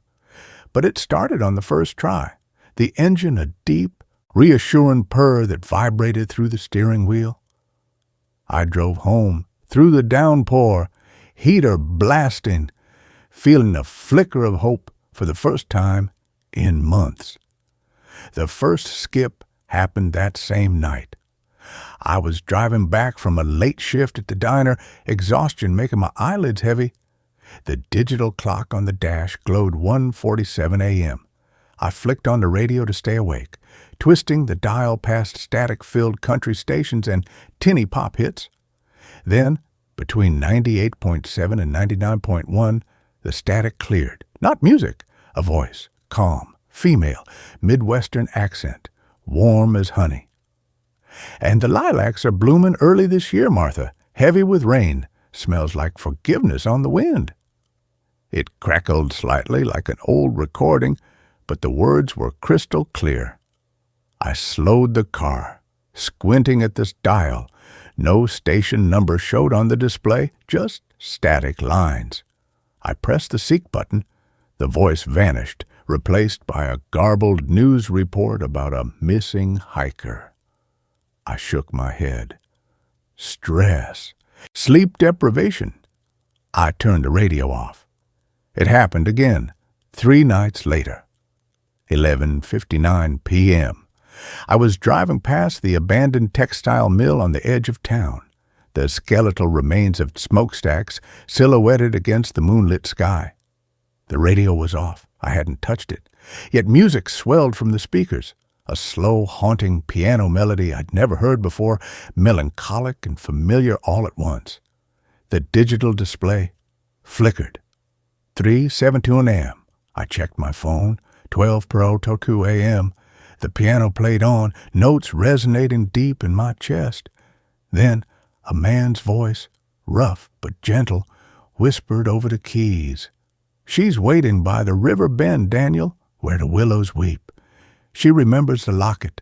She remembers the lie. My hands tightened on the wheel. My name is Daniel. I've never owned a locket. I killed the ignition at a red light. The piano died mid-note. The display reset to 12:03 a.m. When I restarted the car, the radio stayed silent. But the scent of wet earth and river water clung to the air inside the Buick, thick and cloying. I stopped using the radio. I drove in silence, windows down even in the cold, filling the cabin with the roar of wind and tires on wet asphalt. But the car remembered. One Tuesday, stuck in gridlock near the old courthouse, the static returned, not loud, a low hum beneath the traffic noise. Then my mother's voice. Not a recording. Her voice, the exact lilt she used when humming while cooking Sunday gravy, the slight rasp from years of smoking. It sang a lullaby she'd made up for me when I was 5. Hush now, Danny boy, the waves are crashing slow, Mama's right here where the cold winds blow. Tears blurred my vision. She'd been gone 7 years, buried beside my father in a cemetery 3 states away. I slammed my fist on the dashboard. The static swallowed the song. The display blinked. 3:17 a.m. For 3 seconds before going dark, the scent of her gardenias filled the car. Sweet, heady, impossible. Panic sent me to the auto shop. Sal's garage smelled of grease and gasoline. Sal himself, a bear of a man with tattooed forearms, listened patiently while I jabbered about phantom voices and impossible clocks. He checked the wiring, the alternator, the antenna. "Battery's weak," he grunted, wiping his hands on a rag. "Can cause weird electrical gremlins. And this old AM/FM unit, probably full of ghosts. I'll replace the head unit, $350. I didn't have $350. I paid for a new battery and left. That night, driving home under a bruised purple twilight, the new battery terminals gleamed under the hood light. I started the engine. The radio stayed off. Relief washed over me. Then, as I turned onto my street, the display flickered. Not numbers. Words scrolling slowly. "We see you, Daniel." The voice that followed wasn't static. It was layered, a chorus of whispers, some childlike, some ancient, all overlapping. The tires are worn. The left rear tread is thin. The light on Elm Street is out. She's crying again. The pills are in the blue jar. The locket is under the floorboard. I swerved onto my lawn, gravel crunching under the tires. I ripped the radio's faceplate off with my bare hands, wires snapping like tendons. Sparks flew. The display died. I sat in the sudden, ringing silence, shaking, the smell of burnt plastic sharp in my nose. On the passenger seat, where no one had been, lay a single, rain-slick gardenia petal. I covered the car, literally. After work, I draped thick, moving blankets over the entire Buick, windows, roof, headlights, securing them with bungee cords. I parked it deep in my overgrown backyard, under the skeletal branches of the old oak tree. I walked to work, took the bus, avoided the backyard. For 3 days, silence. Then, on the 4th night, a storm rolled in. Thunder shook the house. I lay awake, listening to the rain lash the windows. At 3:17 a.m., a sound cut through the downpour. Faint, insistent. Thump, thump, thump. Not thunder, not hail, rhythm. I crept to the back window, peeling back the curtain. Lightning flashed, illuminating the backyard. The moving blankets were gone. The Buick sat exposed, gleaming wet under the storm. And the headlights were on, not the weak, yellowed beams of my headlights. These were blinding white, cutting sharp cones through the rain. The car wasn't running, no engine noise, but the headlights pulsed with the thump, thump, thump, like a heartbeat, and from inside the sealed, blanket-free cabin, the radio played, loud, clear, a children's choir singing in a language I didn't know, their voices high and pure, layered over a deep, resonant drumbeat that vibrated the windowpane beneath my fingers. The digital display glowed brightly through the rain-streaked windshield. 3:17 a.m. Under it, scrolling slowly. Come home, Daniel. I didn't go out. I locked the back door, wedged a chair under the knob, sat at the kitchen table until dawn, a flashlight beam cutting the dark, jumping at every creak of the old house. When the sun rose, weak and gray, I went outside. The Buick sat silently under the dripping oak tree. No blankets, no pulsing lights. The radio was dark, but the driver's side window was fogged from the inside, and written in the condensation, finger-drawn in neat, looping script, were the words, "The truth is under the floorboard, like the locket." My throat closed. There was no floorboard in this house. I'd never owned a locket. But the words echoed the radio's whispers. I scrubbed the window with my sleeve until my arm ached. The words vanished, but the scent of gardenias lingered in the damp air. I called in sick to the diner, drove the bus to the public library, spent hours hunched over microfiche readers, the whirring machine casting green shadows on my face. I searched local newspapers from the 1940s and 50s. The Buick's VIN plate, partially rusted, had hinted at a 48 model year. I found it on page 3 of the Havenport Chronicle, October 17th, 1948. Local boy drowns in Mill River. The grainy photo showed a smiling teenager, Daniel Riley, holding a fishing rod. He looked like a younger, happier version of my father. The article mentioned his younger brother, Thomas, who'd witnessed it, how Thomas had tried to save him, how he'd carried guilt like a stone, how he'd moved away after the funeral. I traced the name Thomas Riley through census records. He'd settled here, changed his name to Henderson, opened a used car lot. My blood turned to ice. Mr. Henderson, the cellar.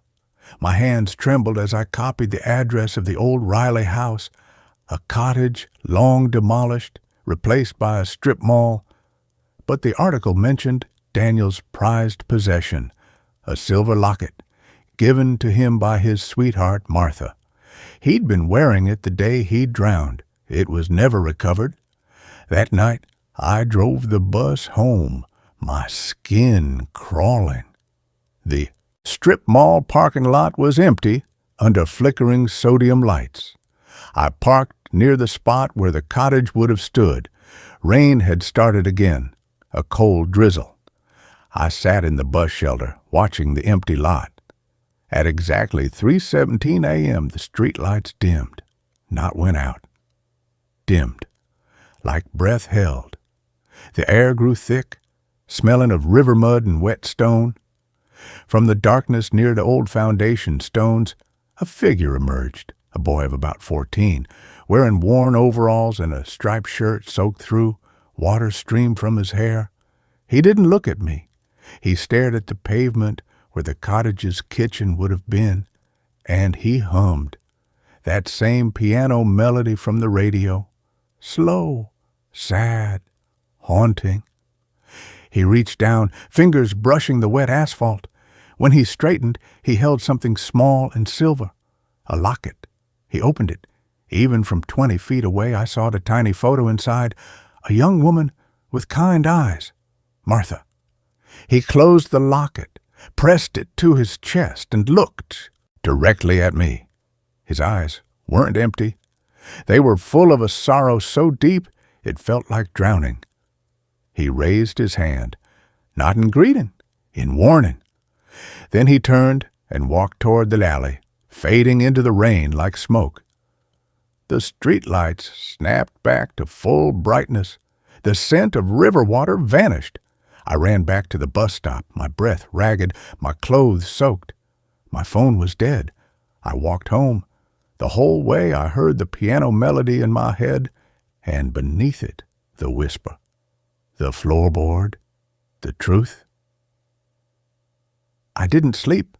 I sat in my living room, curtains drawn, a baseball bat across my knees. The house was silent, too silent, no creaking pipes, no distant traffic, just the hum of the refrigerator. At 3:16 a.m. the lights flickered, once, twice. On the third flicker, they died. Not a power outage.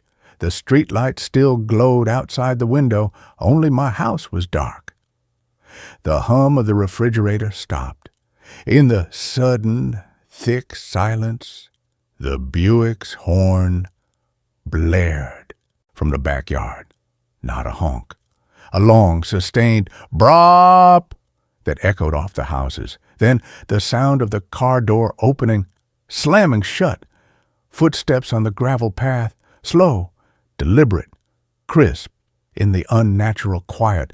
They stopped at my back door. The knob turned. The chair I'd wedged under it scraped across the floor. The door opened. Rain blew in, carrying the scent of gardenias and river mud. I stood in the pitch black, bat raised, heart hammering against my ribs. No footsteps inside, just the rain. Then the voice, not from the doorway, from right behind my ear. My mother's voice, soft with tears. Daniel, he didn't jump. He was pushed by the man in the gray coat, the one who took the locket. I whirled, swinging the bat blindly. It connected with nothing but air. The light surged back on, blinding me. The back door stood open, rain sheeting in. The chair lay overturned. No one was there. But on the kitchen table, where nothing had been before, sat a small tarnished silver locket. I picked it up with shaking fingers. It was cold, wet. I pried it open. Inside wasn't a photo, a tiny water-stained slip of paper. Handwriting I recognized from the library microfiche. Thomas Riley's shaky script. "Forgive me, Danny. He made me do it. Henderson took the locket, took everything. He's still here, in the wires, in the static, He feeds on the lost. Henderson, Mr. Henderson, not Thomas Riley's brother. Himself, the man who'd sold me the car, the man who'd drowned Daniel Riley for that locket. 80 years of guilt, and he'd never left. He'd woven himself into the town's grief, into the static between stations, into the very metal and wires of that Buick, and he'd been waiting for a Daniel to come home. The car horn blared again, closer this time, not from the backyard, from the street. I ran to the front window. The Buick sat parked at the curb, engine running, headlights blazing. The driver's door opened. No one got out, but a passenger door swung wide, inviting. The radio played softly through the open window, a slow, mournful fiddle tune. The digital display glowed. 3:17 M. Scrolling underneath.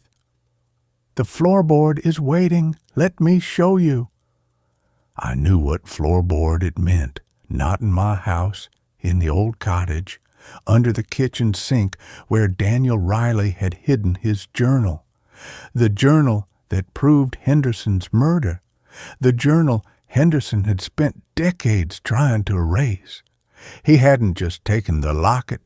He'd taken Daniel's voice, his story, and now he wanted mine, to drown it in static, to make it part of his endless, hungry signal. I walked out the front door. Rain soaked through my shirt instantly. I didn't care. The fiddle music swelled, warm and sad, wrapping around me like a shroud. I stopped the curb, a few feet from the open passenger door. The scent of gardenias was overpowering. "Why me?" I whispered into the rain. The static crackled from the speakers. Henderson's voice, layered with 100 others, filled the street. "You carry his name, his sorrow, his unfinished song. The static hungers for echoes, Daniel. It feeds on the gaps between heartbeats, between lifetimes, between truth and silence. Let me take the weight. Let me be the voice on the wire. You can rest." I looked at a locket in my palm, cold, heavy. Daniel Riley's truth, my truth. The rain washed over my face, mixing with tears I hadn't known I was crying. For Daniel, for Thomas, trapped all these years, for myself, for the loneliness that had hollowed me out since the layoff, since Sarah left, since my mother's funeral, where I hadn't been able to say goodbye. The static promised an end to the ache, a warm, humming silence. I took a step toward the car, then another. The passenger seat gleamed, dry and inviting, under the dome light. The fiddle played on. The display blinked. Almost home. I stopped. 1 foot on the curb, 1 in the gutter. Rainwater swirled around my ankle. I thought of Daniel Riley's face in that grainy photo, his smile. The locket warm against his chest on a sunny riverbank. I thought of Thomas Riley, aged and broken, selling haunted cars to men named Daniel, trying to buy forgiveness he could never earn. I thought of my mother's voice singing in the dark. The static wasn't peace. It was hunger. I closed my hand around the locket. The metal bit into my palm. I turned away from the car, from the warm light, from the promise of silence. I walked back up my driveway, the rain washing the gardenia scent from my skin. The Buick's engine died abruptly. The headlights cut out. The fiddle music vanished, replaced by a shriek of static that tore through the night, a sound of pure, frustrated rage. Then silence, only the rain. I locked the front door, drew the curtains, sat at the kitchen table with the locket and Thomas Riley's note. I called the Historical Society. I called the police. I called a lawyer. I didn't sleep. At dawn, I dug up the floorboard under my own kitchen sink, a loose tile I'd never noticed. Beneath it, wrapped in oilcloth, was Daniel Riley's waterlogged journal. His final entry, dated October 16, 1948. Henderson wants the locket. Says it's worth more than my life. Laughed when I said I'd tell Mama. Told me the river keeps secrets. I'm scared. But Martha's picture is in it. I won't let him have it. The Buick was gone when I looked outside. No tire tracks, no gravel disturbed, just wet pavement and the rising sun. I donated the journal and locket to the town museum. Mr. Henderson's lot was shut down. They found ledgers full of names, people who'd bought cars from him, people who'd later vanished or changed or lost their minds. People like me. I take the bus to work now. I keep a small radio on my nightstand. Sometimes, late at night, I turn it on. Just static, but on clear. Cold nights, when the moon is full and the wind is still, the static clears for a few seconds. Not voices, not music, just the sound of water, gentle, flowing, and beneath it, so faint I might imagine it, a boy's laughter on the river. I leave the radio on all night. Let the static hum. It's not Henderson's signal anymore. It's Daniel's. It's Thomas's. It's the sound of truth, finally finding its frequency. I sleep with the window open. Let the real wind carry the sound of the living world, the distant highway, the neighbor's dog, the rustle of leaves. The static on the radio is just background noise now, a reminder. Not a hunger, a lullaby. At 3:17 a.m., it always fades, not because the signal dies, but because the dawn is coming and some silences are worth keeping. I close my eyes, listen to the rain on the roof, and for the first time in years, I don't dream of drowning. I dream of lilacs, heavy with rain, smelling like forgiveness on the wind. The night grows deeper as we leave this story behind and move on to the next. The Weeping Channel. I do not own a television anymore. I smashed mine with a heavy framing hammer 3 weeks ago. I won't look at a computer monitor if the room is dark. I won't even walk past the appliance section of a department store, and I threw my smartphone into the river yesterday. I'm writing this on a library computer in a room full of people with the sun shining through the windows. It is the only way I can type without shaking. Once I hit send on this post, I am leaving the city. I don't know where I'm going, but I know I can't stay here. It started because I was broke. I don't mean I can't afford to go out for drinks broke. I mean I was eating dry ramen because I couldn't afford the gas bill to boil water. I was 24, fresh out of a useless degree program and drowning in debt. I had just moved into a basement apartment in the city to save money. Calling it an apartment is generous. It was a damp, subterranean concrete box. The windows were thin, horizontal slits near the ceiling that looked out onto the ankles of passing pedestrians. The whole place smelled permanently of wet concrete, old cabbage, and that metallic scent of copper pipes that leak behind the walls.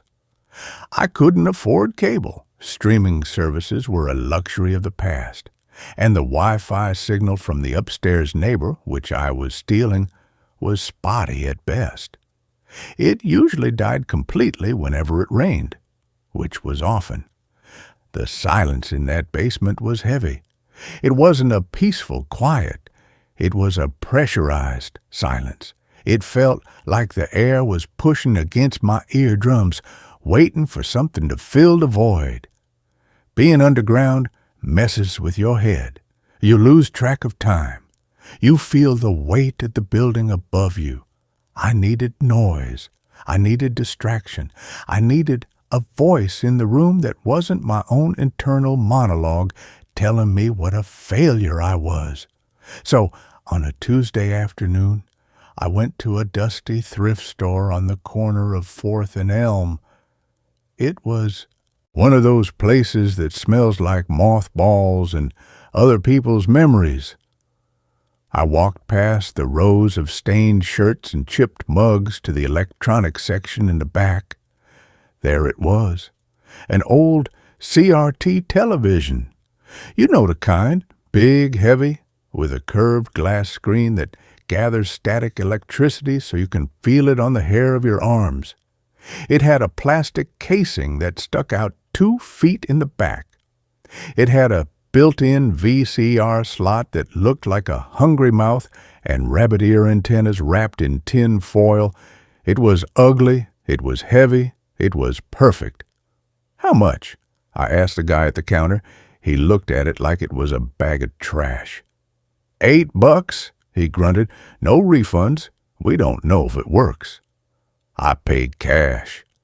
I lugged the monstrosity home, my arms straining under the awkward weight. I had to stop 3 times on the walk back just to catch my breath. By the time I got it down the narrow stairs to my basement, I was sweating and my back was screaming. I set it up on a plastic milk crate in what I generously called my living room. I plugged it in. I didn't have a cable box or a digital converter. I just wanted some white noise to sleep to. Maybe catch a ghostly signal of the local news, or a fuzzy rerun of a sitcom from the 90s. The first few nights were fine. I just got static. A snowstorm of black and white pixels, accompanied by that comforting shh hiss. If I stood on one leg and held the left antenna just right, I could get the audio from a Spanish soap opera, though the picture was just wavy lines. But mostly, it was just the static. It was enough. It filled the room. It pushed back the silence. Then came the storm. It was a Tuesday night, exactly 1 week after I bought the TV. It was raining hard outside, a torrential downpour that turned the gutters into rivers. Water was trickling down the window well, making a steady drip, drip, drip sound that was driving me insane. I couldn't sleep. I tossed and turned on my mattress, the springs digging into my back. The air in the basement felt thick, charged with electricity. Finally, I gave up. I sat up, wrapped my blanket around my shoulders, and reached out to turn on the TV. I clicked the knob. Instead of the usual snowstorm of static, the screen turned blue. It wasn't a no-signal blue. It was a solid electric blue that seemed to hum with intensity. It illuminated the entire dark room with an eerie underwater glow. The shadows in the corners of the room seemed to stretch and distort in the blue light. There was no sound, no hiss, no hum, just absolute silence. I smacked the side of the plastic casing hard. "Piece of junk," I muttered, tired and irritable. The blue flickered once, twice. Then an image cut in. It wasn't a broadcast. It was too stable, too sharp for an analog signal in a storm. And it wasn't a TV show. It was black and white, grainy. It looked like footage from an old security camera, but the angle was strange. It was low to the ground, maybe, knee-high, as if the camera had been placed on the floor. It showed a long, dark hallway. The floor was covered in black and white checkered tiles, like an old diner or a hospital from the 1950s. The walls were peeling, long strips of wallpaper hanging down like dead skin. The lighting was bad, flickering and dim, coming from some unseen source down the hall. At the far end of the hallway, deep in the center of the screen, there was a heavy wooden door. It was slightly ajar, spilling a sliver of darkness that seemed somehow darker than the rest of the hall. I stared at it. I waited for a title card, a commercial, anything. There was no sound at first. Then, slowly, a low humming started. It sounded like a choir humming a single discordant note. It was off-key. It vibrated in my chest. I watched, mesmerized, unable to look away. Nothing happened for a full minute. The image was static, save for the rolling grain of the film and the occasional flicker of the light in the hallway. Then the door at the end of the hallway moved. It didn't swing open fast. It crept. It inched open, the darkness widening. A hand reached out from the void. It was a small hand, a child's hand, pale and delicate. It reached around the doorframe and waved, not a frantic wave for help, a slow, deliberate greeting, like it knew I was watching. Then the screen cut to black. I sat there in the dark, staring at the dead glass curve of the screen. I felt cold, not the damp basement cold I was used to. This was a deep internal chill that started in my marrow and worked its way out. I reached out and turned the TV off. Then, for good measure, I reached behind it and unplugged the cord from the wall. I threw the cord onto the floor. Just a weird broadcast. I whispered to the empty room. Some art student project hijacking the signal, just a prank. I eventually fell asleep, but I dreamed of hallways, long, endless hallways with checkered floors. The next day, I went to work at the warehouse. I was a zombie. I dropped a pallet of boxes, and my manager yelled at me for 10 minutes. I barely heard him. All I could think about was that blue screen, that hand. When I got home that evening, the apartment felt colder than usual. I checked the thermostat. It was normal. I made dinner, canned soup, and tried to read a book. I told myself I wouldn't turn the TV on. I didn't need it. I would just read until I passed out. I sat on my mattress reading a paperback by the light of a single lamp. But as the hours ticked by, the silence grew heavier. It pressed in on me. I found myself reading the same sentence over and over again. My eyes kept darting to the TV sitting on the milk crate in the corner. It looked like a black eye staring at me. At around 2 LKM, I dozed off with the book on my chest. I woke up an hour later. The room was bathed in blue light. The TV was on. My heart stopped. I froze, not moving a muscle. I stared at the plug lying on the floor, clearly disconnected from the outlet. I could see the copper prongs gleaming in the blue light. It was 3 feet away from the wall. I looked back at the screen. It was glowing. This time, the image was clearer. The grain was finer. It was the same hallway, the same peeling wallpaper, the same checkered floor, the door at the end. But now the door was wide open. Standing in the doorway was a figure. It was small, maybe 4 feet tall. It was wearing what looked like a dirty, oversized hospital gown that hung loosely on its frame, stained with dark patches. Its feet were bare and gray, but it was the head that made my breath catch in my throat. Its head was completely covered in bandages. Thick white gauze wrapped around its entire skull, layer upon layer, covering its eyes, its nose, its mouth. No features were visible, just a blank, wrapped sphere of dirty cloth. The humming sound was louder now, and it had changed. It wasn't just humming anymore. It was weeping. Sob, gasp, sob. It sounded wet, gurgling, like someone crying through a mouthful of water or blood. The sound filled the room, coming from the mono speaker of the TV, but sounding like it was right next to my ear. "Hello?" I whispered. My voice trembled so bad it barely came out. I felt insane talking to a television set that wasn't plugged in. "Who are you?" The figure on the screen twitched. It took a step forward into the hallway.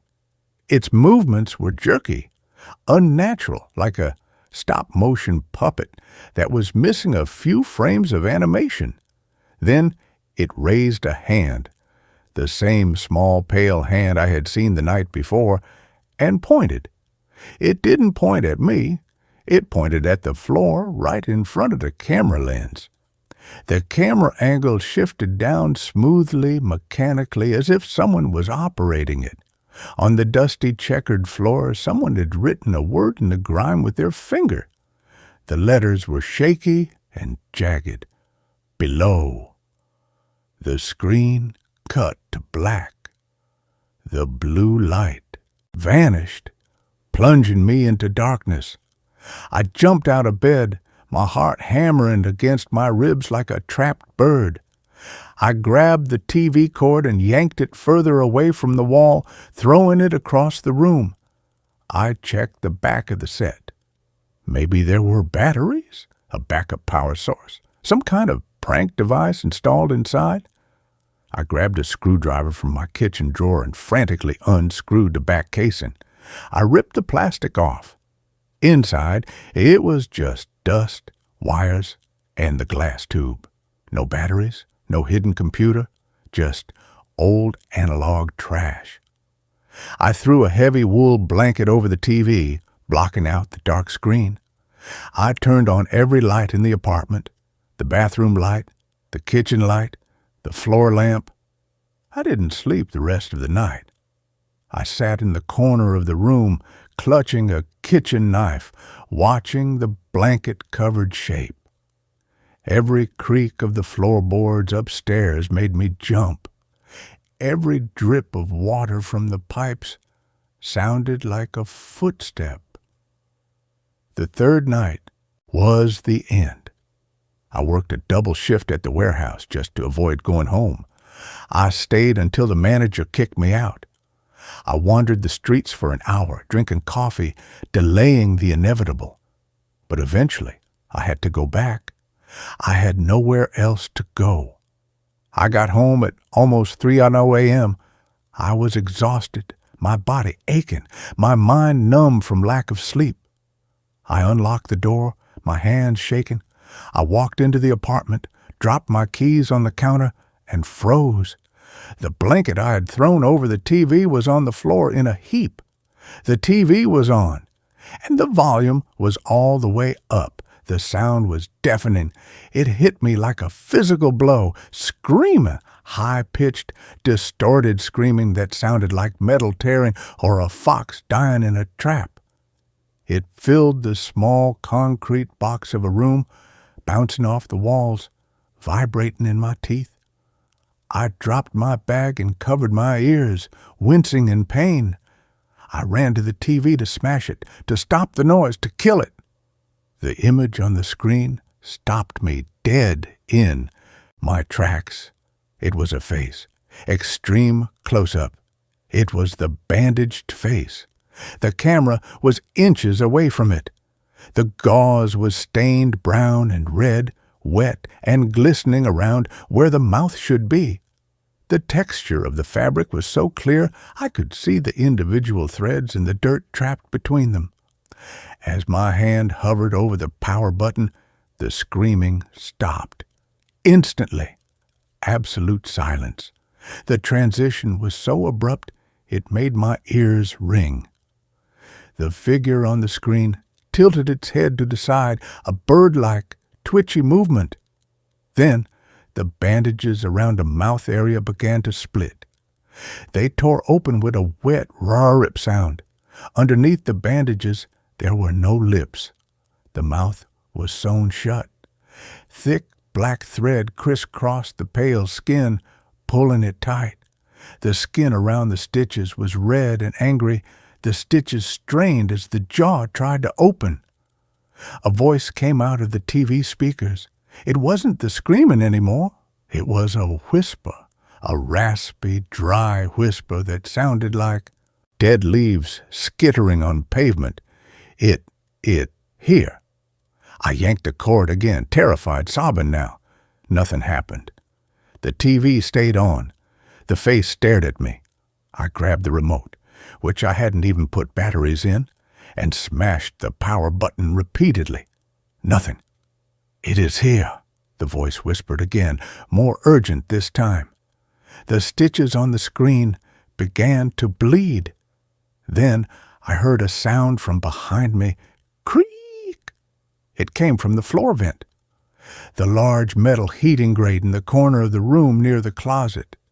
It was the main intake for the building's furnace. I turned around slowly, dread pooling in my stomach like lead. The metal screw holding the grate in place popped out. It flew across the room and pinged against the opposite wall. The heavy metal grate lifted up, pushed from the inside. I watched in horror as long, pale fingers wrapped around the edge of the vent. It wasn't a child's hand. These fingers were impossibly long, skeletal, and gray. The nails were black, cracked, and curled like talons. A head pushed up through the opening. It was wrapped in bandages, dirty, brown-stained bandages. I screamed and backed away, tripping over the milk crate the TV sat on. The crate collapsed, sending the TV tumbling. It hit the floor with a crash, but the screen didn't break. It landed face up, the image of the sewn mouth still staring at the ceiling, glowing blue. The thing crawled out of the vent. It moved like a spider, limbs splayed out at wrong angles, joints popping and cracking with every movement. It pulled itself onto the concrete floor, wearing that same filthy hospital gown I had seen on the screen. It stood up. It was small, hunched over. It crawled toward me on its hands and knees. I scrambled backward, crab walking on my hands and feet until my back hit the cold concrete wall. I had nowhere to go. "What do you want?" I screamed, tears streaming down my face. "Leave me alone, please."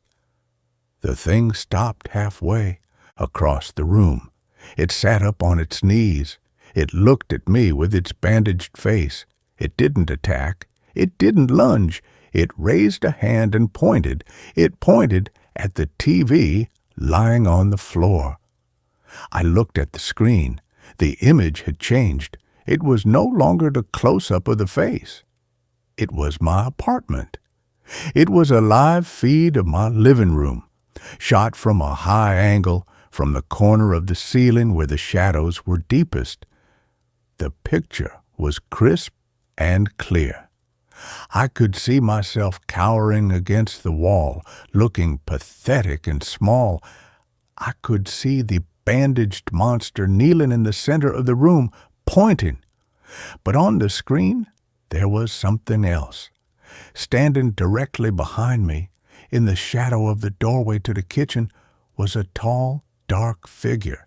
It was a shadow person, a silhouette of pure vantablack darkness, 7 feet tall, its edges blurring into smoke. It had no features, no face, except for 2 points of burning red light where its eyes should be. I felt a cold breath on the back of my neck. It smelled of sulfur, ozone, and rotten meat. I didn't turn around. Every instinct in my body screamed that if I turned around, if I looked it in the eyes, I would die. The bandaged thing on the floor wasn't attacking me. It was warning me. "Run!" the bandaged thing hissed. The stitches on its sewn mouth tore open one by one. Pop, pop, pop. Blood dribbled down its chin onto the dirty gown. "Run!" I lunged to the side. I rolled away from the wall just as a massive black claw slashed the air where my head had been a second before. The claw gouged deep grooves into the drywall, sending white dust flying. I scrambled to my feet, slipping on the loose paper scattered on the floor. I sprinted for the door. The apartment shook. A low, guttural roar filled the room. It sounded like the earth splitting open. The lights flickered and exploded, showering the room in glass and sparks. I fumbled with the locks in the dark. Deadbolt, chain, handle. My fingers felt like clumsy sausages. I couldn't get the chain to slide. I felt something grab the back of my shirt. Cold. So cold, it burned my skin through the fabric like dry ice. I ripped forward with everything I had. I heard the fabric tear. I heard the screech of the shadow thing. I burst out into the hallway of the building, slamming the door behind me. I heard a heavy thud against the door from the inside, then scratching, frantic, deep scratching that sounded like knives on wood. I ran up the stairs, 2 at a time, tripping, falling, skinning my knees, getting up again. I didn't stop until I burst out onto the street. It was raining again. I stood in the middle of the sidewalk, panting, shirtless, bleeding from a long scratch on my back, the rain mixing with the blood. I looked like a maniac. I didn't go back down there. I called the police from a 24-hour bodega down the block. I told them someone broke in. I sounded crazy, hysterical, rambling about bandages and shadows. When the cops arrived, 2 burly officers went downstairs with flashlights drawn and guns out. I waited at the top of the stairs, shivering in the rain. They came back up 10 minutes later, holstering their weapons. They looked annoyed. "Apartment's empty, son," the older officer said, clicking his pen. "No sign of a break-in. But you got a mess down there. TV's on the floor. Vent cover is unscrewed. Light bulbs are blown. Looks like you had a party." "Did you check the vent?" I asked, grabbing his arm. "Did you look inside?" He shook me off. "Yeah, it's just a heating duct. Goes to the furnace room. It's too small for a person to fit in. Maybe a rat, but not a person, and definitely not a 7-foot shadow." "I saw it," I said. "It came out of there. The bandaged thing came out of the vent. The shadow was behind me." The officer looked at me with pity. He wrote something in his notebook. I saw him circle the word mental. "Maybe you need to get checked out, kid," he said softly. "There's a lot of black mold in these old basements. Makes people hallucinate. Seen it before. Carbon monoxide, maybe. Go to the hospital." They left. I moved out the next day. I refused to go back inside alone. I hired a moving company to grab my boxes, but I left the TV. I told them to leave it on the floor. I left my deposit. I didn't care about money anymore. I stayed on a friend's couch for a week, unable to sleep without the lights on. I flinched at every shadow. Then I found a new place, a 3rd-floor apartment in a newer building across town. No basement, lots of windows, electric baseboard heating, no vents. I thought I was safe. I really did. I thought the signal was stuck in that basement, bound to that cursed TV. But yesterday, I was walking past an electronics store downtown. It was a high-end place with a huge wall of flat-screen TVs in the window, all playing the same 24-hour news channel. As I walked by, the hairs on my arms stood up. Every single TV screen flickered in unison. The news anchor's face distorted, stretched, and disappeared. The screens turned blue. 50 shades of electric blue staring at me from behind the glass. Then the grainy black and white image appeared on all 50 screens. The passers-by didn't seem to notice. They kept walking, eyes on their phones, ignoring the glitch. The hallway, the checkered floor, the bandaged figure stood in the center. Its gown was tattered now, hanging in shreds. It stepped closer to the camera. It raised a long, bony finger and pointed directly at the camera lens, directly at me. Then text appeared on the screen, written in jagged white letters that looked like scratches on the film. "We are still below." I ran. I ran until my lungs burned and my legs gave out. I locked myself in my new apartment.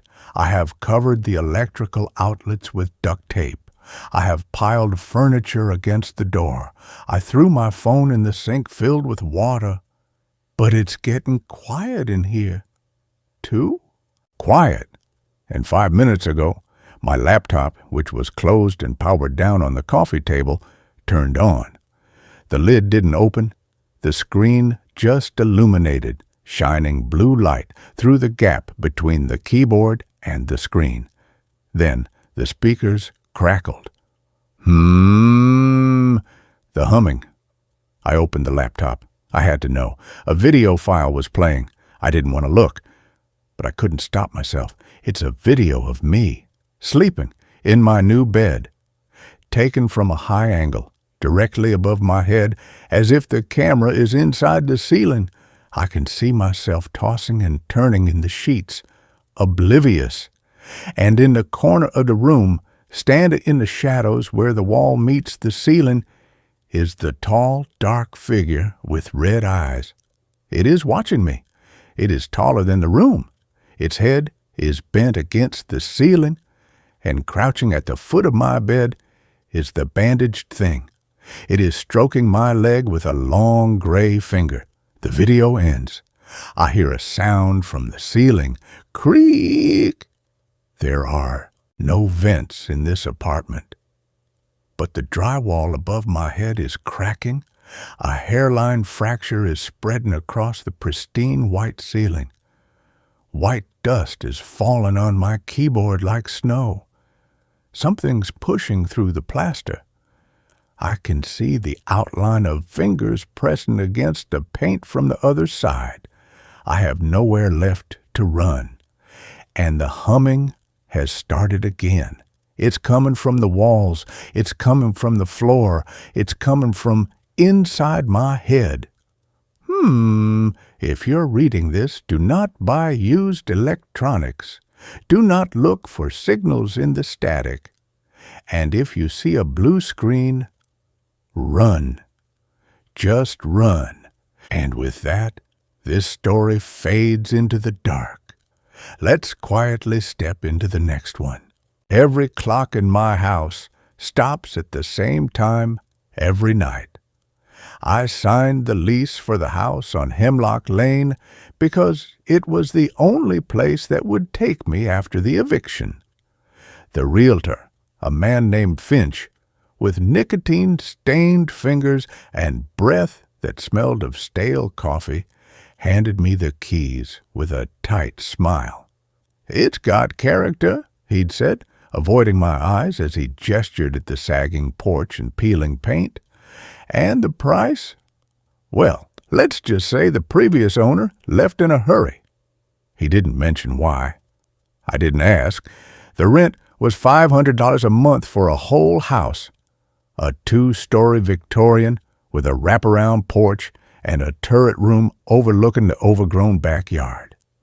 Too good to be true, but desperation makes you overlook cracks in the foundation. Moving in was chaos. Boxes piled high in the dusty foyer, the air thick with the scent of mildew and old wood. The first thing I noticed was the clocks. Not just one or two, dozens of them.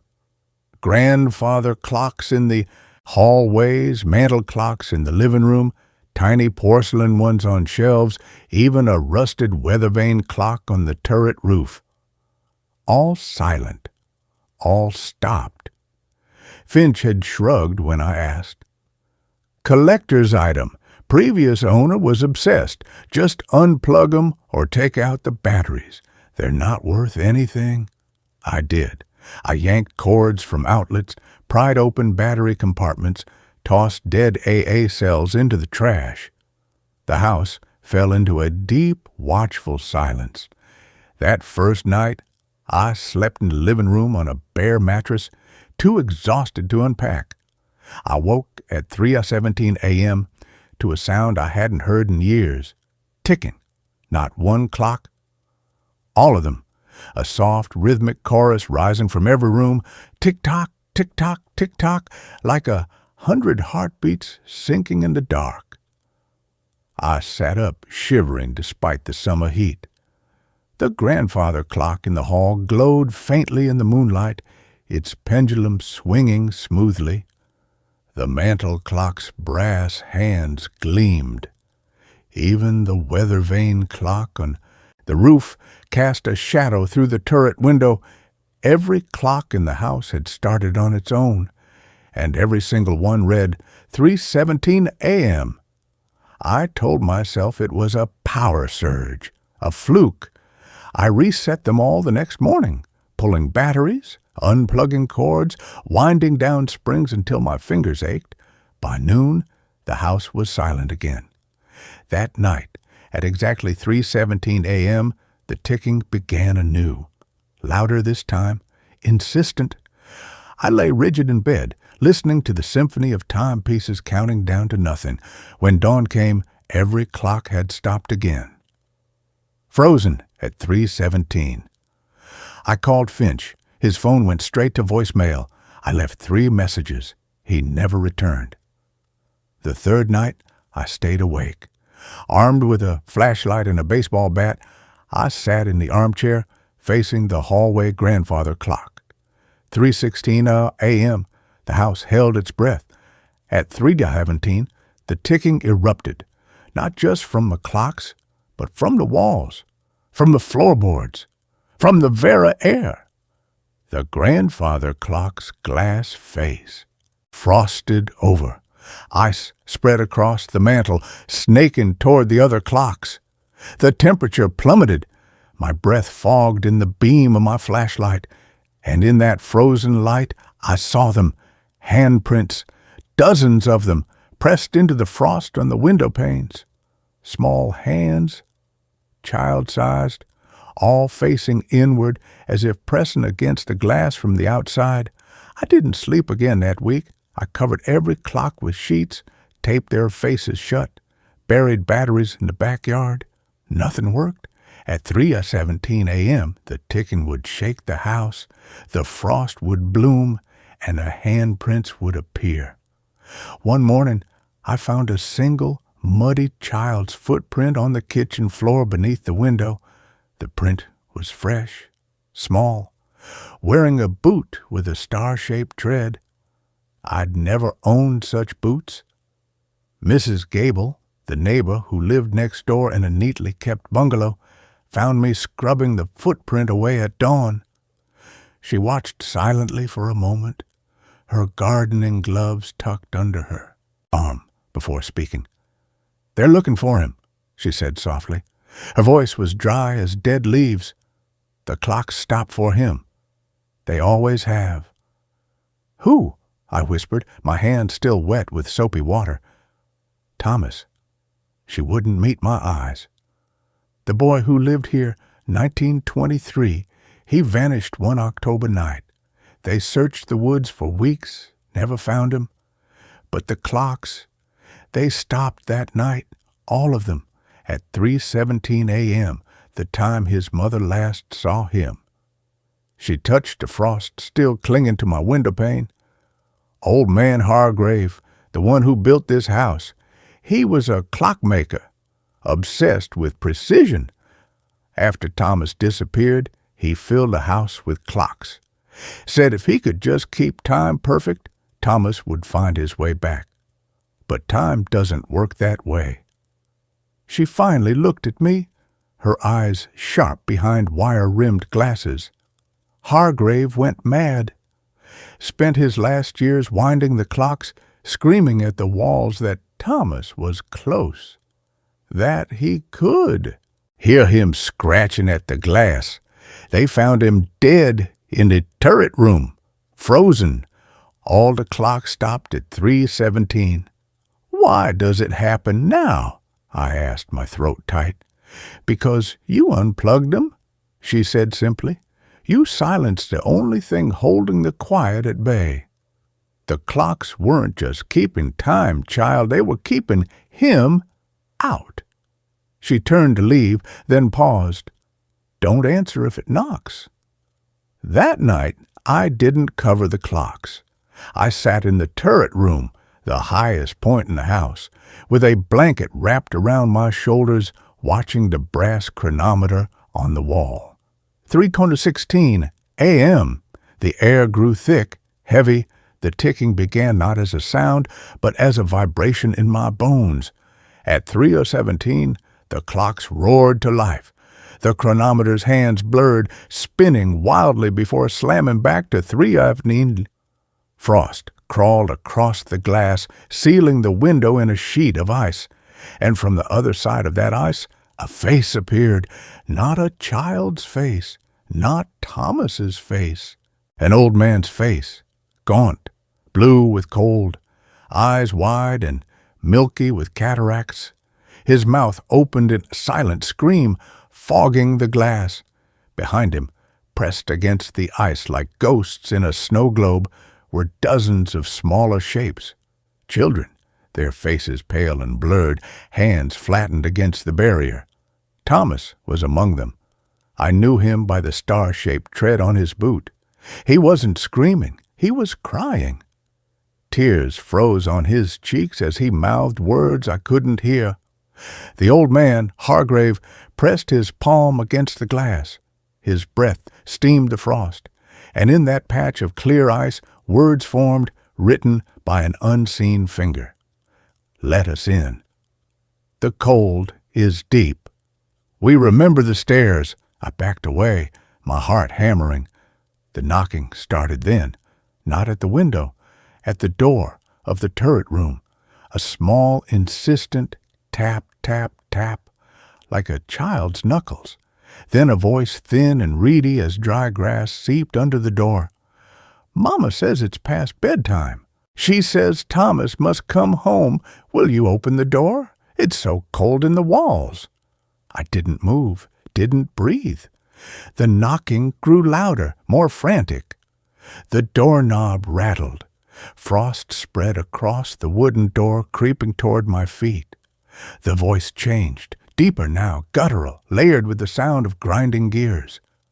"The door is locked, but the time is broken. Let us fix it. Let us in." I ran, down the narrow turret stairs, through the frozen hallways where clocks chimed a broken lullaby. I locked myself in the basement, a dirt-floored space filled with Hargrave's old clock-making tools, rusted gears, spools of copper wire, and on a workbench, covered in dust, a journal. Hargrave's journal. I read by flashlight as the house shook above me. The knocking had spread to the basement door, the coal chute, the ventilation grates. The journal entries grew increasingly frantic. October 12th, 1923. Thomas asked to go to the Harvest Moon dance. I said no. The woods are no place for a boy after dark. He went anyway. I heard him slip out the cellar door at 3:17. I should have followed. October 13th. No Thomas. The clocks all stopped at 3:17. I wound them. They unwound themselves. The cold came from the walls. October 20th. I hear him. In the pipes. In the ticking. He's not alone. Others are with him. Children who wandered. They're lost in the between places. The gaps where time frays. November on, I found the door. Behind the grandfather clock, not wood, not stone, a door of frozen seconds. Thomas's handprint is on it. Blue, small. He's waiting. But the door only opens when the clocks stop, when time holds its breath. November 5th. I tried to go through. The cold took my fingers, my toes. The others pulled Thomas back.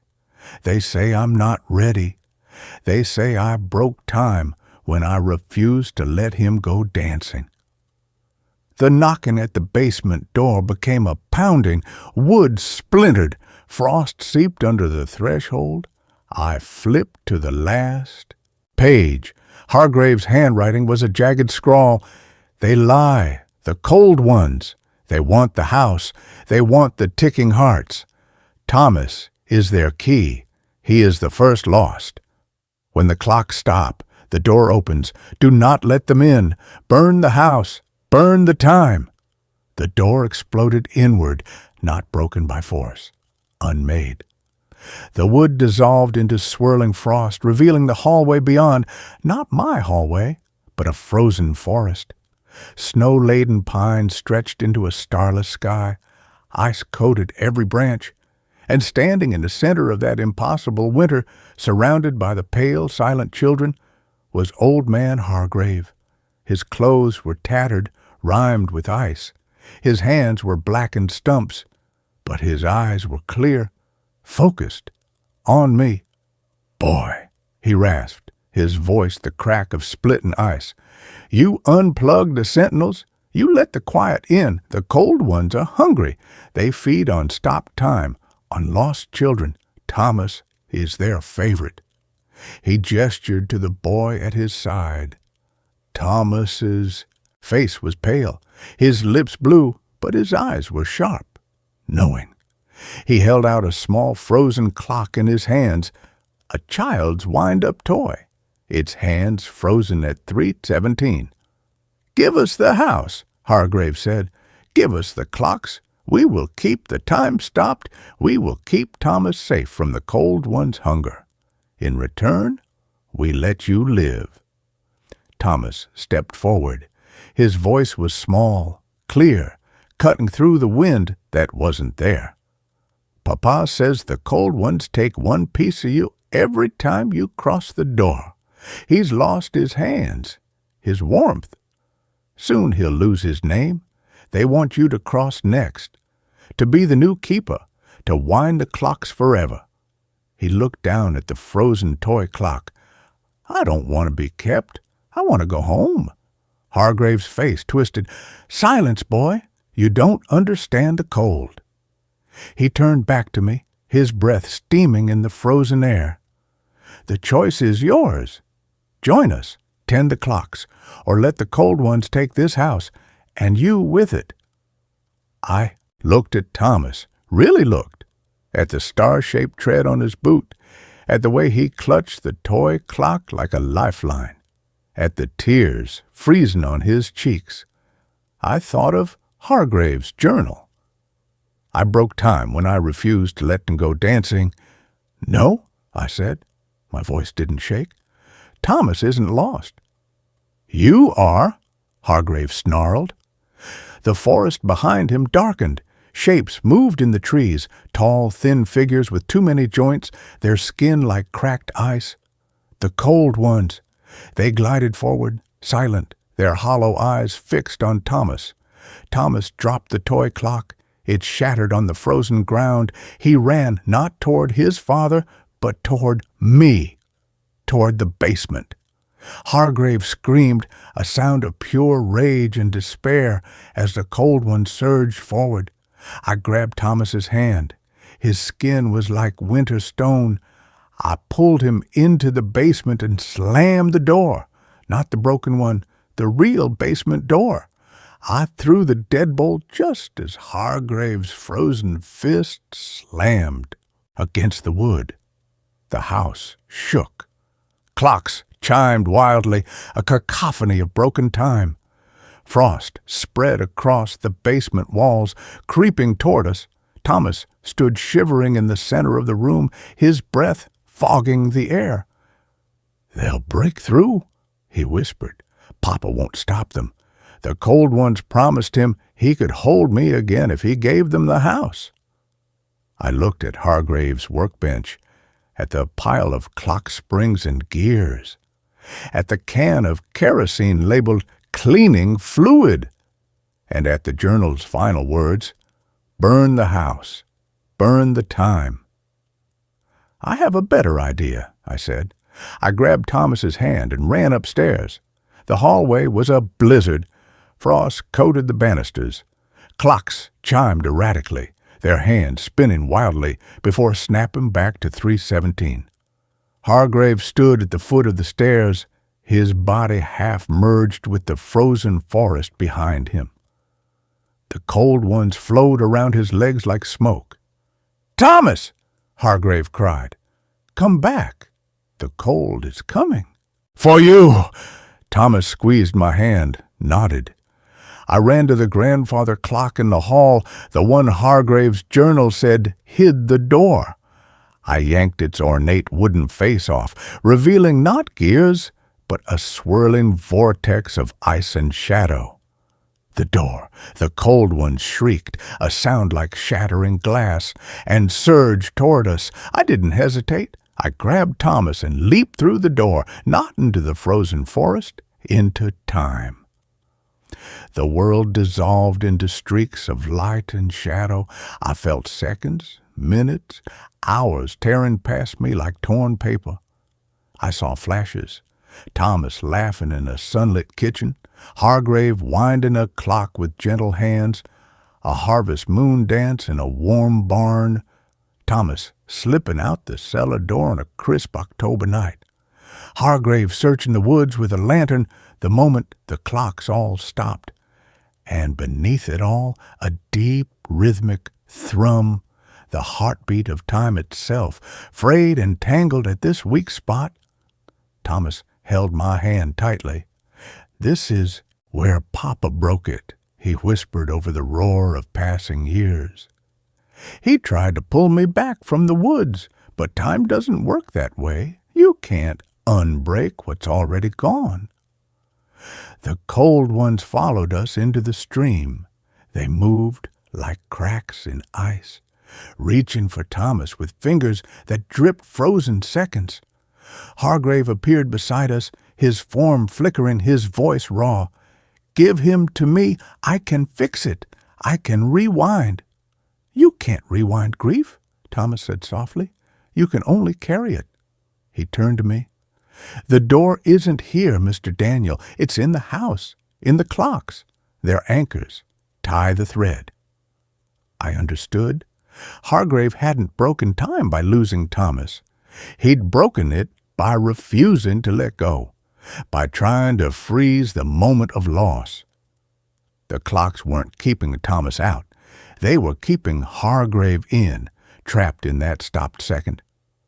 I focused on the house, on the smell of dust and old wood, on the creak of the porch swing, on the sound of a single clock ticking steadily in the silence.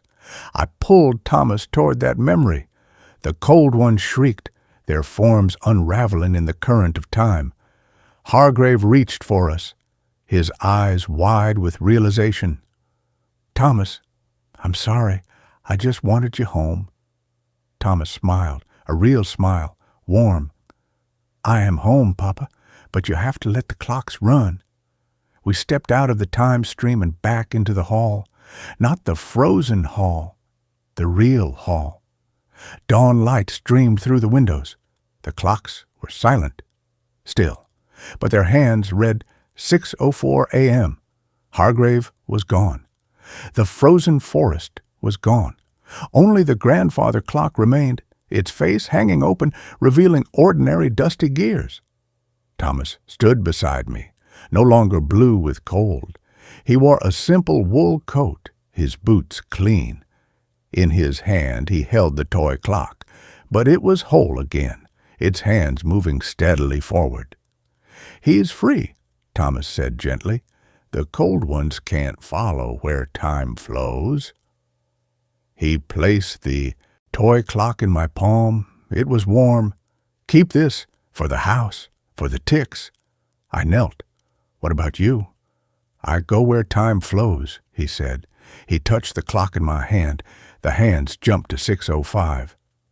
"Papa's waiting. He's ready to let go now." He smiled one last time. "Thank you for unplugging the quiet." He turned and walked down the hall, not toward the front door, toward the grandfather clock. He placed his hand on its open face. For a second, the gears glowed gold.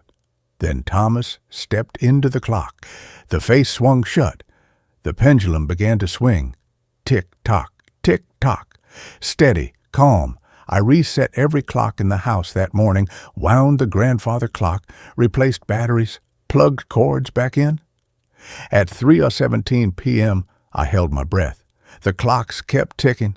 The hands moved forward. No frost, no handprints, just the steady, comforting rhythm of time passing. I still live in the house on Hemlock Lane. I keep Thomas's toy clock on the mantel. It never needs winding.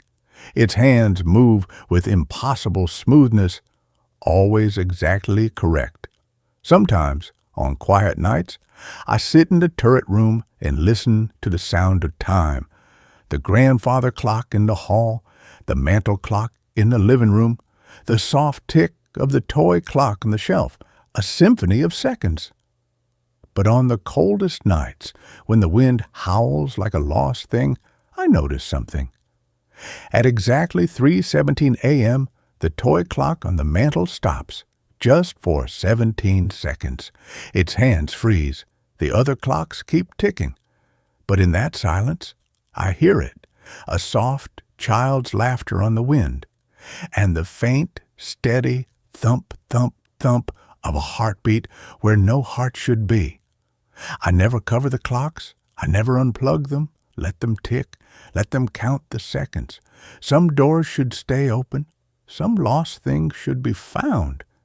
And sometimes, when I wake at 3:17 a.m. to the sound of a single clock pausing, I smile into the dark. I know Thomas is checking the time, making sure the house is warm, making sure the cold ones stay hungry. I get up, make tea, sit by the window, watch the stars move across the sky. Time flows, and we are no longer lost. This story has come to an end. Let's start the next. Glitches in my camera show places I've never been, but somehow remember. I bought the Minolta X700 at a flea market on the edge of town because it was the only thing I could afford after the divorce. The vendor, an old man with ink-stained fingers and eyes that never quite focused, handed it to me wrapped in oilcloth. "Belonged to my granddaughter," he muttered, not meeting my gaze. "She saw things, beautiful things. Then she stopped seeing anything at all." He refused payment, just pressed the camera into my hands and vanished into the crowd, leaving me holding cold metal and the scent of developer fluid clinging to my skin. I needed a hobby, something to fill the hollow where Sarah used to be. Photography seemed safe, tangible, a way to frame the world and make it stay still. The first glitch happened 2 weeks later. I was shooting test rolls in my new apartment, a cramped studio above a defunct florist shop, the air permanently thick with the ghost of lilies. I'd set up a still life on the fire escape, a chipped mug, a wilting sunflower from the shop downstairs, the city skyline blurred behind it. I loaded the film carefully, clicked the shutter. When the prince came back from the drugstore, the skyline was gone. In its place stretched a stone wall, slick with moisture, draped in black ivy. At its base sat a rusted iron key. I turned the photo over, my own handwriting, sharp, unfamiliar, scrawled on the back, "The well remembers your name." I laughed it off. A lab error, a mix-up with another customer's roll. I tossed the photo in the trash. But that night, washing dishes, I caught myself humming a tune I didn't know, a low, mournful melody that sounded like water dripping in a deep cave. My fingers traced the rim of a glass, counting the drips. 1, 2, 3. The second roll was worse. I'd taken it to Oak Haven Park, hoping the greenery would soothe the ache in my chest. Sunlight dappled through ancient oaks. Children laughed on the swings. I captured it all, the light, the laughter, the fragile peace. The developed prints showed none of it. Instead, each frame held the same image, a narrow cellar staircase descending into darkness. The steps were uneven stone, worn smooth by countless feet. At the bottom, barely visible in the gloom, stood a door. Not wood, not metal, woven reeds bound with fraying twine. And on the door, nailed crookedly, a child's blue mitten. On the back of the top print, my handwriting again, "He's waiting where the roots drink deep." I burned the photos in the sink. The smell of melting plastic and scorched paper filled the apartment, but the scent of damp earth lingered. For 3 days every breath tasted of soil and old stone. I tried digital, deleted the Minolta to the back of my closet, buried under moth-eaten sweaters. My phone camera was clean, sharp, reliable, until the rainstorm. I was walking home from the late shift at the data entry job. Collar turned up against the downpour when I snapped a picture of the neon sign flickering above the shuttered florist shop. Petals and thorns, to send to Maya. "Look what I live above," I texted. She replied instantly, "That sign's been gone for years, Dan. Building's been boarded up since '09. I checked the photo. The sign was there, but behind it, through the rain-streaked window of the shop, stood a figure, not a reflection. A man in a soaked tweed coat, his face obscured by a shadow, one hand pressed flat against the glass from the inside. My own face stared back at him from the glass, a younger face, unlined, smiling. On the phone screen, a notification pulsed. New memory created. Rainy night at Petals and Thorns. Oct 3. But I'd never been inside that shop. I'd never seen it open. The date, October 3rd, was 3 days from now. I dropped the phone. It shattered on the wet pavement. The screen went dark, but not before I saw the words scrolling across the black glass. "Don't answer the bell." The Minolta called to me. I dug it out that night, the leather case stiff with disuse, loaded it with fresh film by the light of a single bare bulb. I wouldn't take it outside, just my apartment. Safe, familiar. I photographed the peeling wallpaper, the cracked sink, the window overlooking the alley. When the prince arrived, the wallpaper was gone. The walls were rough-hewn stone. The sink was a chipped porcelain basin filled with rainwater. The window showed not the alley, but a moonlit forest, ancient oaks clawing at a starless sky. And in the center of each frame, the same object, a small tarnished locket on a silver chain. It lay on the stone floor, on the basin's edge, half buried in moss beneath the window. The locket was open. Inside, a tiny photograph of a woman with my eyes, her hair braided with dried lavender. On the back of the last print, my handwriting, now frantic, jagged. "She died because you weren't there. The well is cold. The door is locked. The locket is the key." I knew that locket, not from life, from dreams. For years I'd dreamed of a stone well in a forest clearing, of lowering a bucket on a frayed rope, of the moment the rope snapped, of the splash far below, and always the locket around my neck, cold against my skin as I screamed into the dark water for a woman whose face I couldn't see. I'd wake with my throat raw, the taste of river water thick on my tongue. Sarah had called it night terrors. A therapist had called it unresolved grief over my mother's death when I was 7. But my mother hadn't died near water. She'd passed in a hospital bed surrounded by family. The well was a fiction, a nightmare, until the Minolta showed me the truth. Mrs. Gable, the landlady who lived downstairs in the florist shop's ruined storefront, found me sitting on my apartment stairs at dawn, the photos spread across my knees like tarot cards. She didn't ask why I was there, just handed me a chipped mug of tea, her knotted hands steady. "That camera," she said softly, staring not at me, but at the Minolta slung across my chest. "It's a camera Glim, a memory eater. My granddaughter, Anna, she had one just like it. Found it in the attic of this building after the fire." Her voice dropped. "The fire that took her parents. She was 6. I looked up, the mug burning my fingers. What happened to her? She started seeing places she'd never been, places that were— Mrs. Gable's eyes held a deep, familiar sorrow. A cellar, under the old mill, a well in the Blackroot forest, a room with walls made of woven reeds. She'd described them. The smell of wet stone, the sound of roots growing in the dark. She said a man waited there, her father. He'd gone into the cellar the night of the fire and never came out. The firefighters said the stairs collapsed. But Anna knew better. She said he'd chosen to stay, to keep the door closed.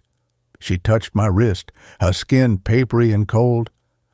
"The camera doesn't show places, Dan. It shows echoes, places where time bled, where someone's grief was so deep it tore a hole. The camera finds the holes, and the holes, they find you." "Why me?" My voice cracked. "I've never been to a forest, never seen a well like that." "You don't have to go there," she whispered.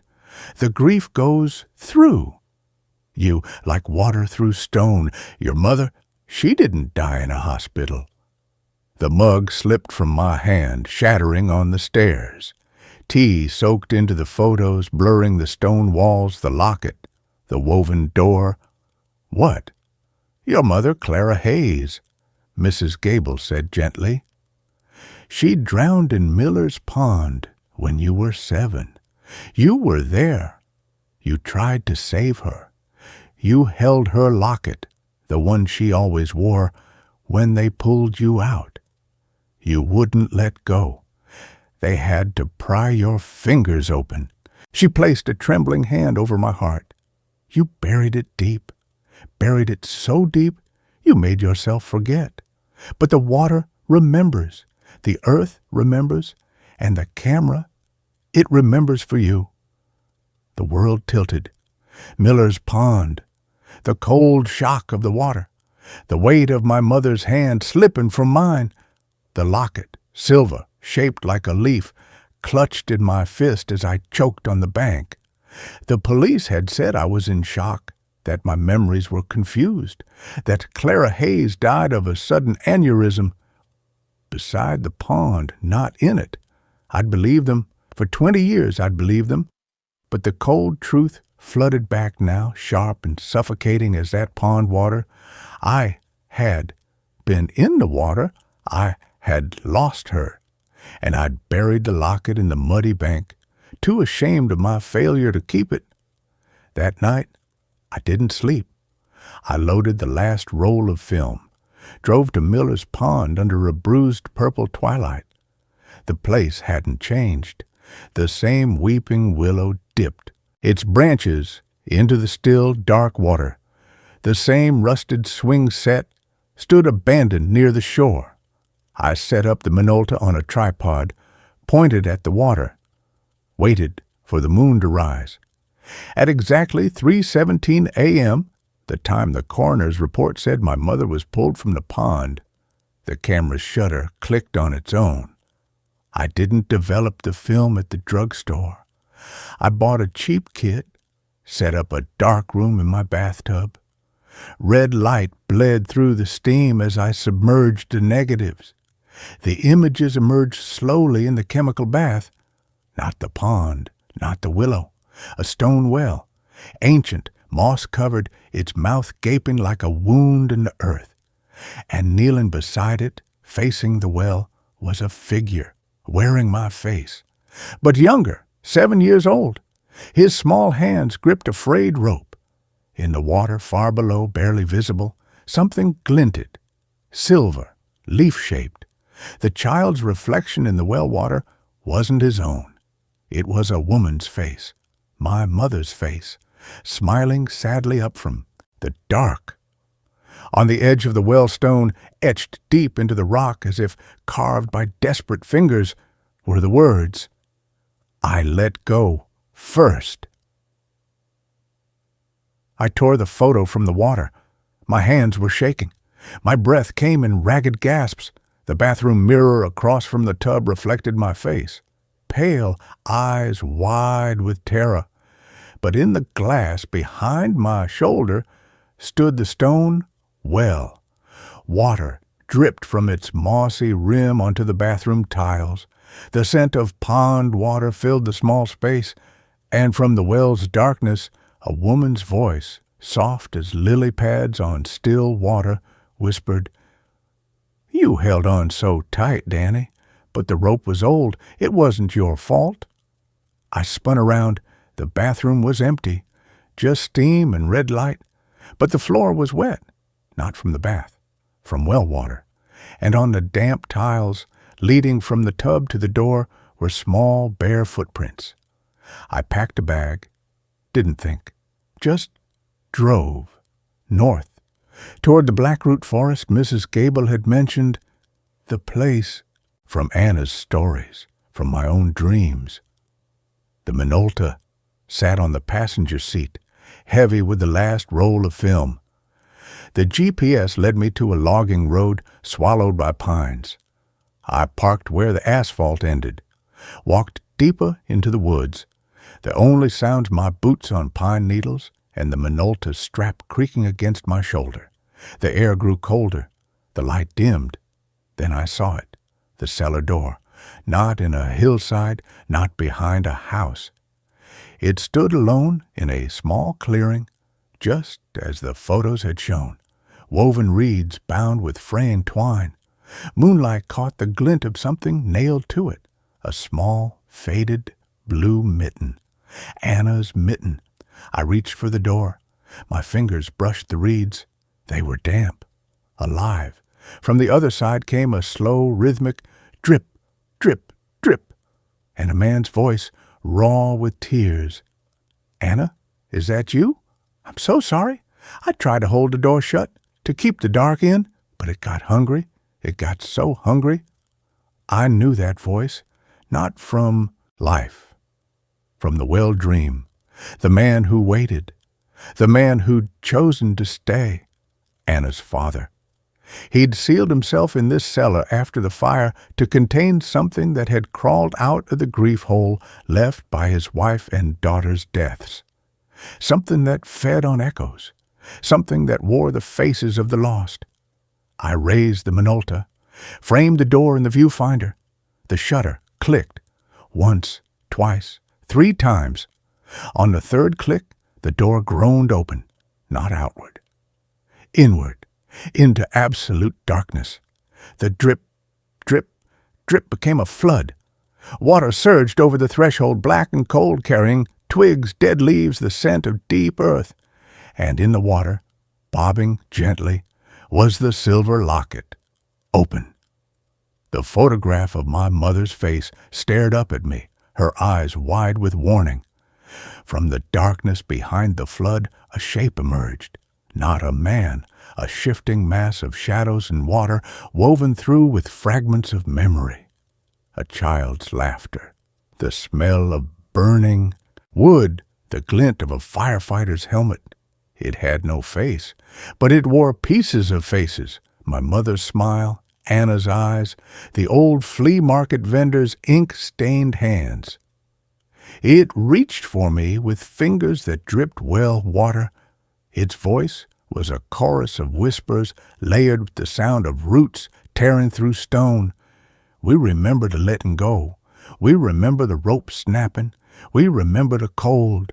Let us in, Daniel. Let us fill the hollow where your grief lives. We'll keep her safe. We'll keep them all safe.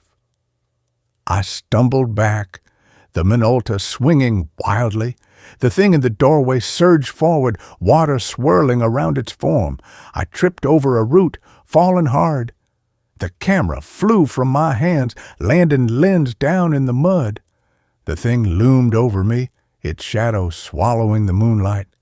Its breath smelled of drowned things and forgotten promises. You carry her locket in your bones, it hissed. You carry the well in your throat. Let us drink? I fumbled for the camera. My fingers closed on the cold metal, not to take a picture, to smash it, to break the lens, to shatter the memory eater before it shattered me. I raised it like a club. The thing hesitated, its shifting form stilled, the whispering ceased. In the sudden silence, a single, clear voice spoke, not from the shadow, but from the Minolta itself. My mother's voice, young, warm, the voice from before the pond. "Danny," it said, "don't break it. Break the door." I looked down. The camera's viewfinder was filled with the woven reed door, but superimposed over it, glowing faintly in the red dark of my mind, was the iron key from the first glitched photo. The key that had been taped beneath the third floorboard in the Carnegie Library, the key Alara had given me in another life, another story. I didn't have it, but I knew it, its weight, its cold bite, its promise. I lowered the camera, pointed it not at the shadow, but at the door. The shutter clicked. The photo developed in my mind before the film ever could. The key wasn't in my hand. It was in the door. Rusty iron thrust deep into the woven reeds. The shadow thing shrieked, a sound like tearing roots, and recoiled as the door began to glow with a soft silver light. The light spread up the reeds, burning away the twine, sealing the gaps. The floodwater receded, sucked back into the darkness. The shadow writhed, its form unraveling into smoke and mist. "No!" It roared, its voice fracturing into 100 lost voices. "The hollow is hungry. The well is cold. We remember the letting." The door slammed shut, not with a bang, with a soft, final click, like a locket closing. Silence. Moonlight fell on the clearing. The woven door stood whole, dry. The blue mitten was gone. In its place, pinned to the reeds with a thorn, was a single photograph. My hand shook as I took it. The image showed the stone well at Miller's Pond. Dawn light touched the water. Kneeling beside it was a 7-year-old boy, his back to the camera, small shoulders shaking with sobs. In his hand, he held a silver leaf-shaped locket. Open. But the photograph inside wasn't of my mother. It was of me, older, standing in this very clearing, holding the Minolta, tears streaming down my face. On the back of the photo, in my mother's looping script, "You held on long enough, now let go." I buried the Minolta that night, not in the earth, in the well at Miller's Pond. I lowered it on a new rope, watching the camera sink into the dark water until the moonlight swallowed it whole. The water didn't ripple, it didn't splash. It simply accepted the camera like a long-lost breath. I don't take photos anymore, but sometimes, when the light is right, early morning or just after rain, I see them, glitches in the world. A patch of moss on the city sidewalk that smells of blackroot forest. The reflection in a puddle that shows not my face, but Anna's father, smiling sadly, his hand resting on a wellstone. The sound of dripping water in the silence of my apartment, and beneath it, the hum of roots growing deep in the dark. Last week, sorting through old boxes, I found a small mud-caked object in the pocket of my hiking jacket. The silver locket. I pried it open with trembling fingers. Inside wasn't a photograph. A single, perfect lily petal, dried but still fragrant. And beneath it, folded tiny, a scrap of paper with my own handwriting. The well is full now. The door is sealed. The hollow is fed. We are remembering how to be human. I wear the locket under my shirt now. It's warm against my skin, not cold like stone, warm like a heartbeat, like a promise kept. I still wake at 3:00 a.m. sometimes, not to screams, to silence, a deep, clean silence.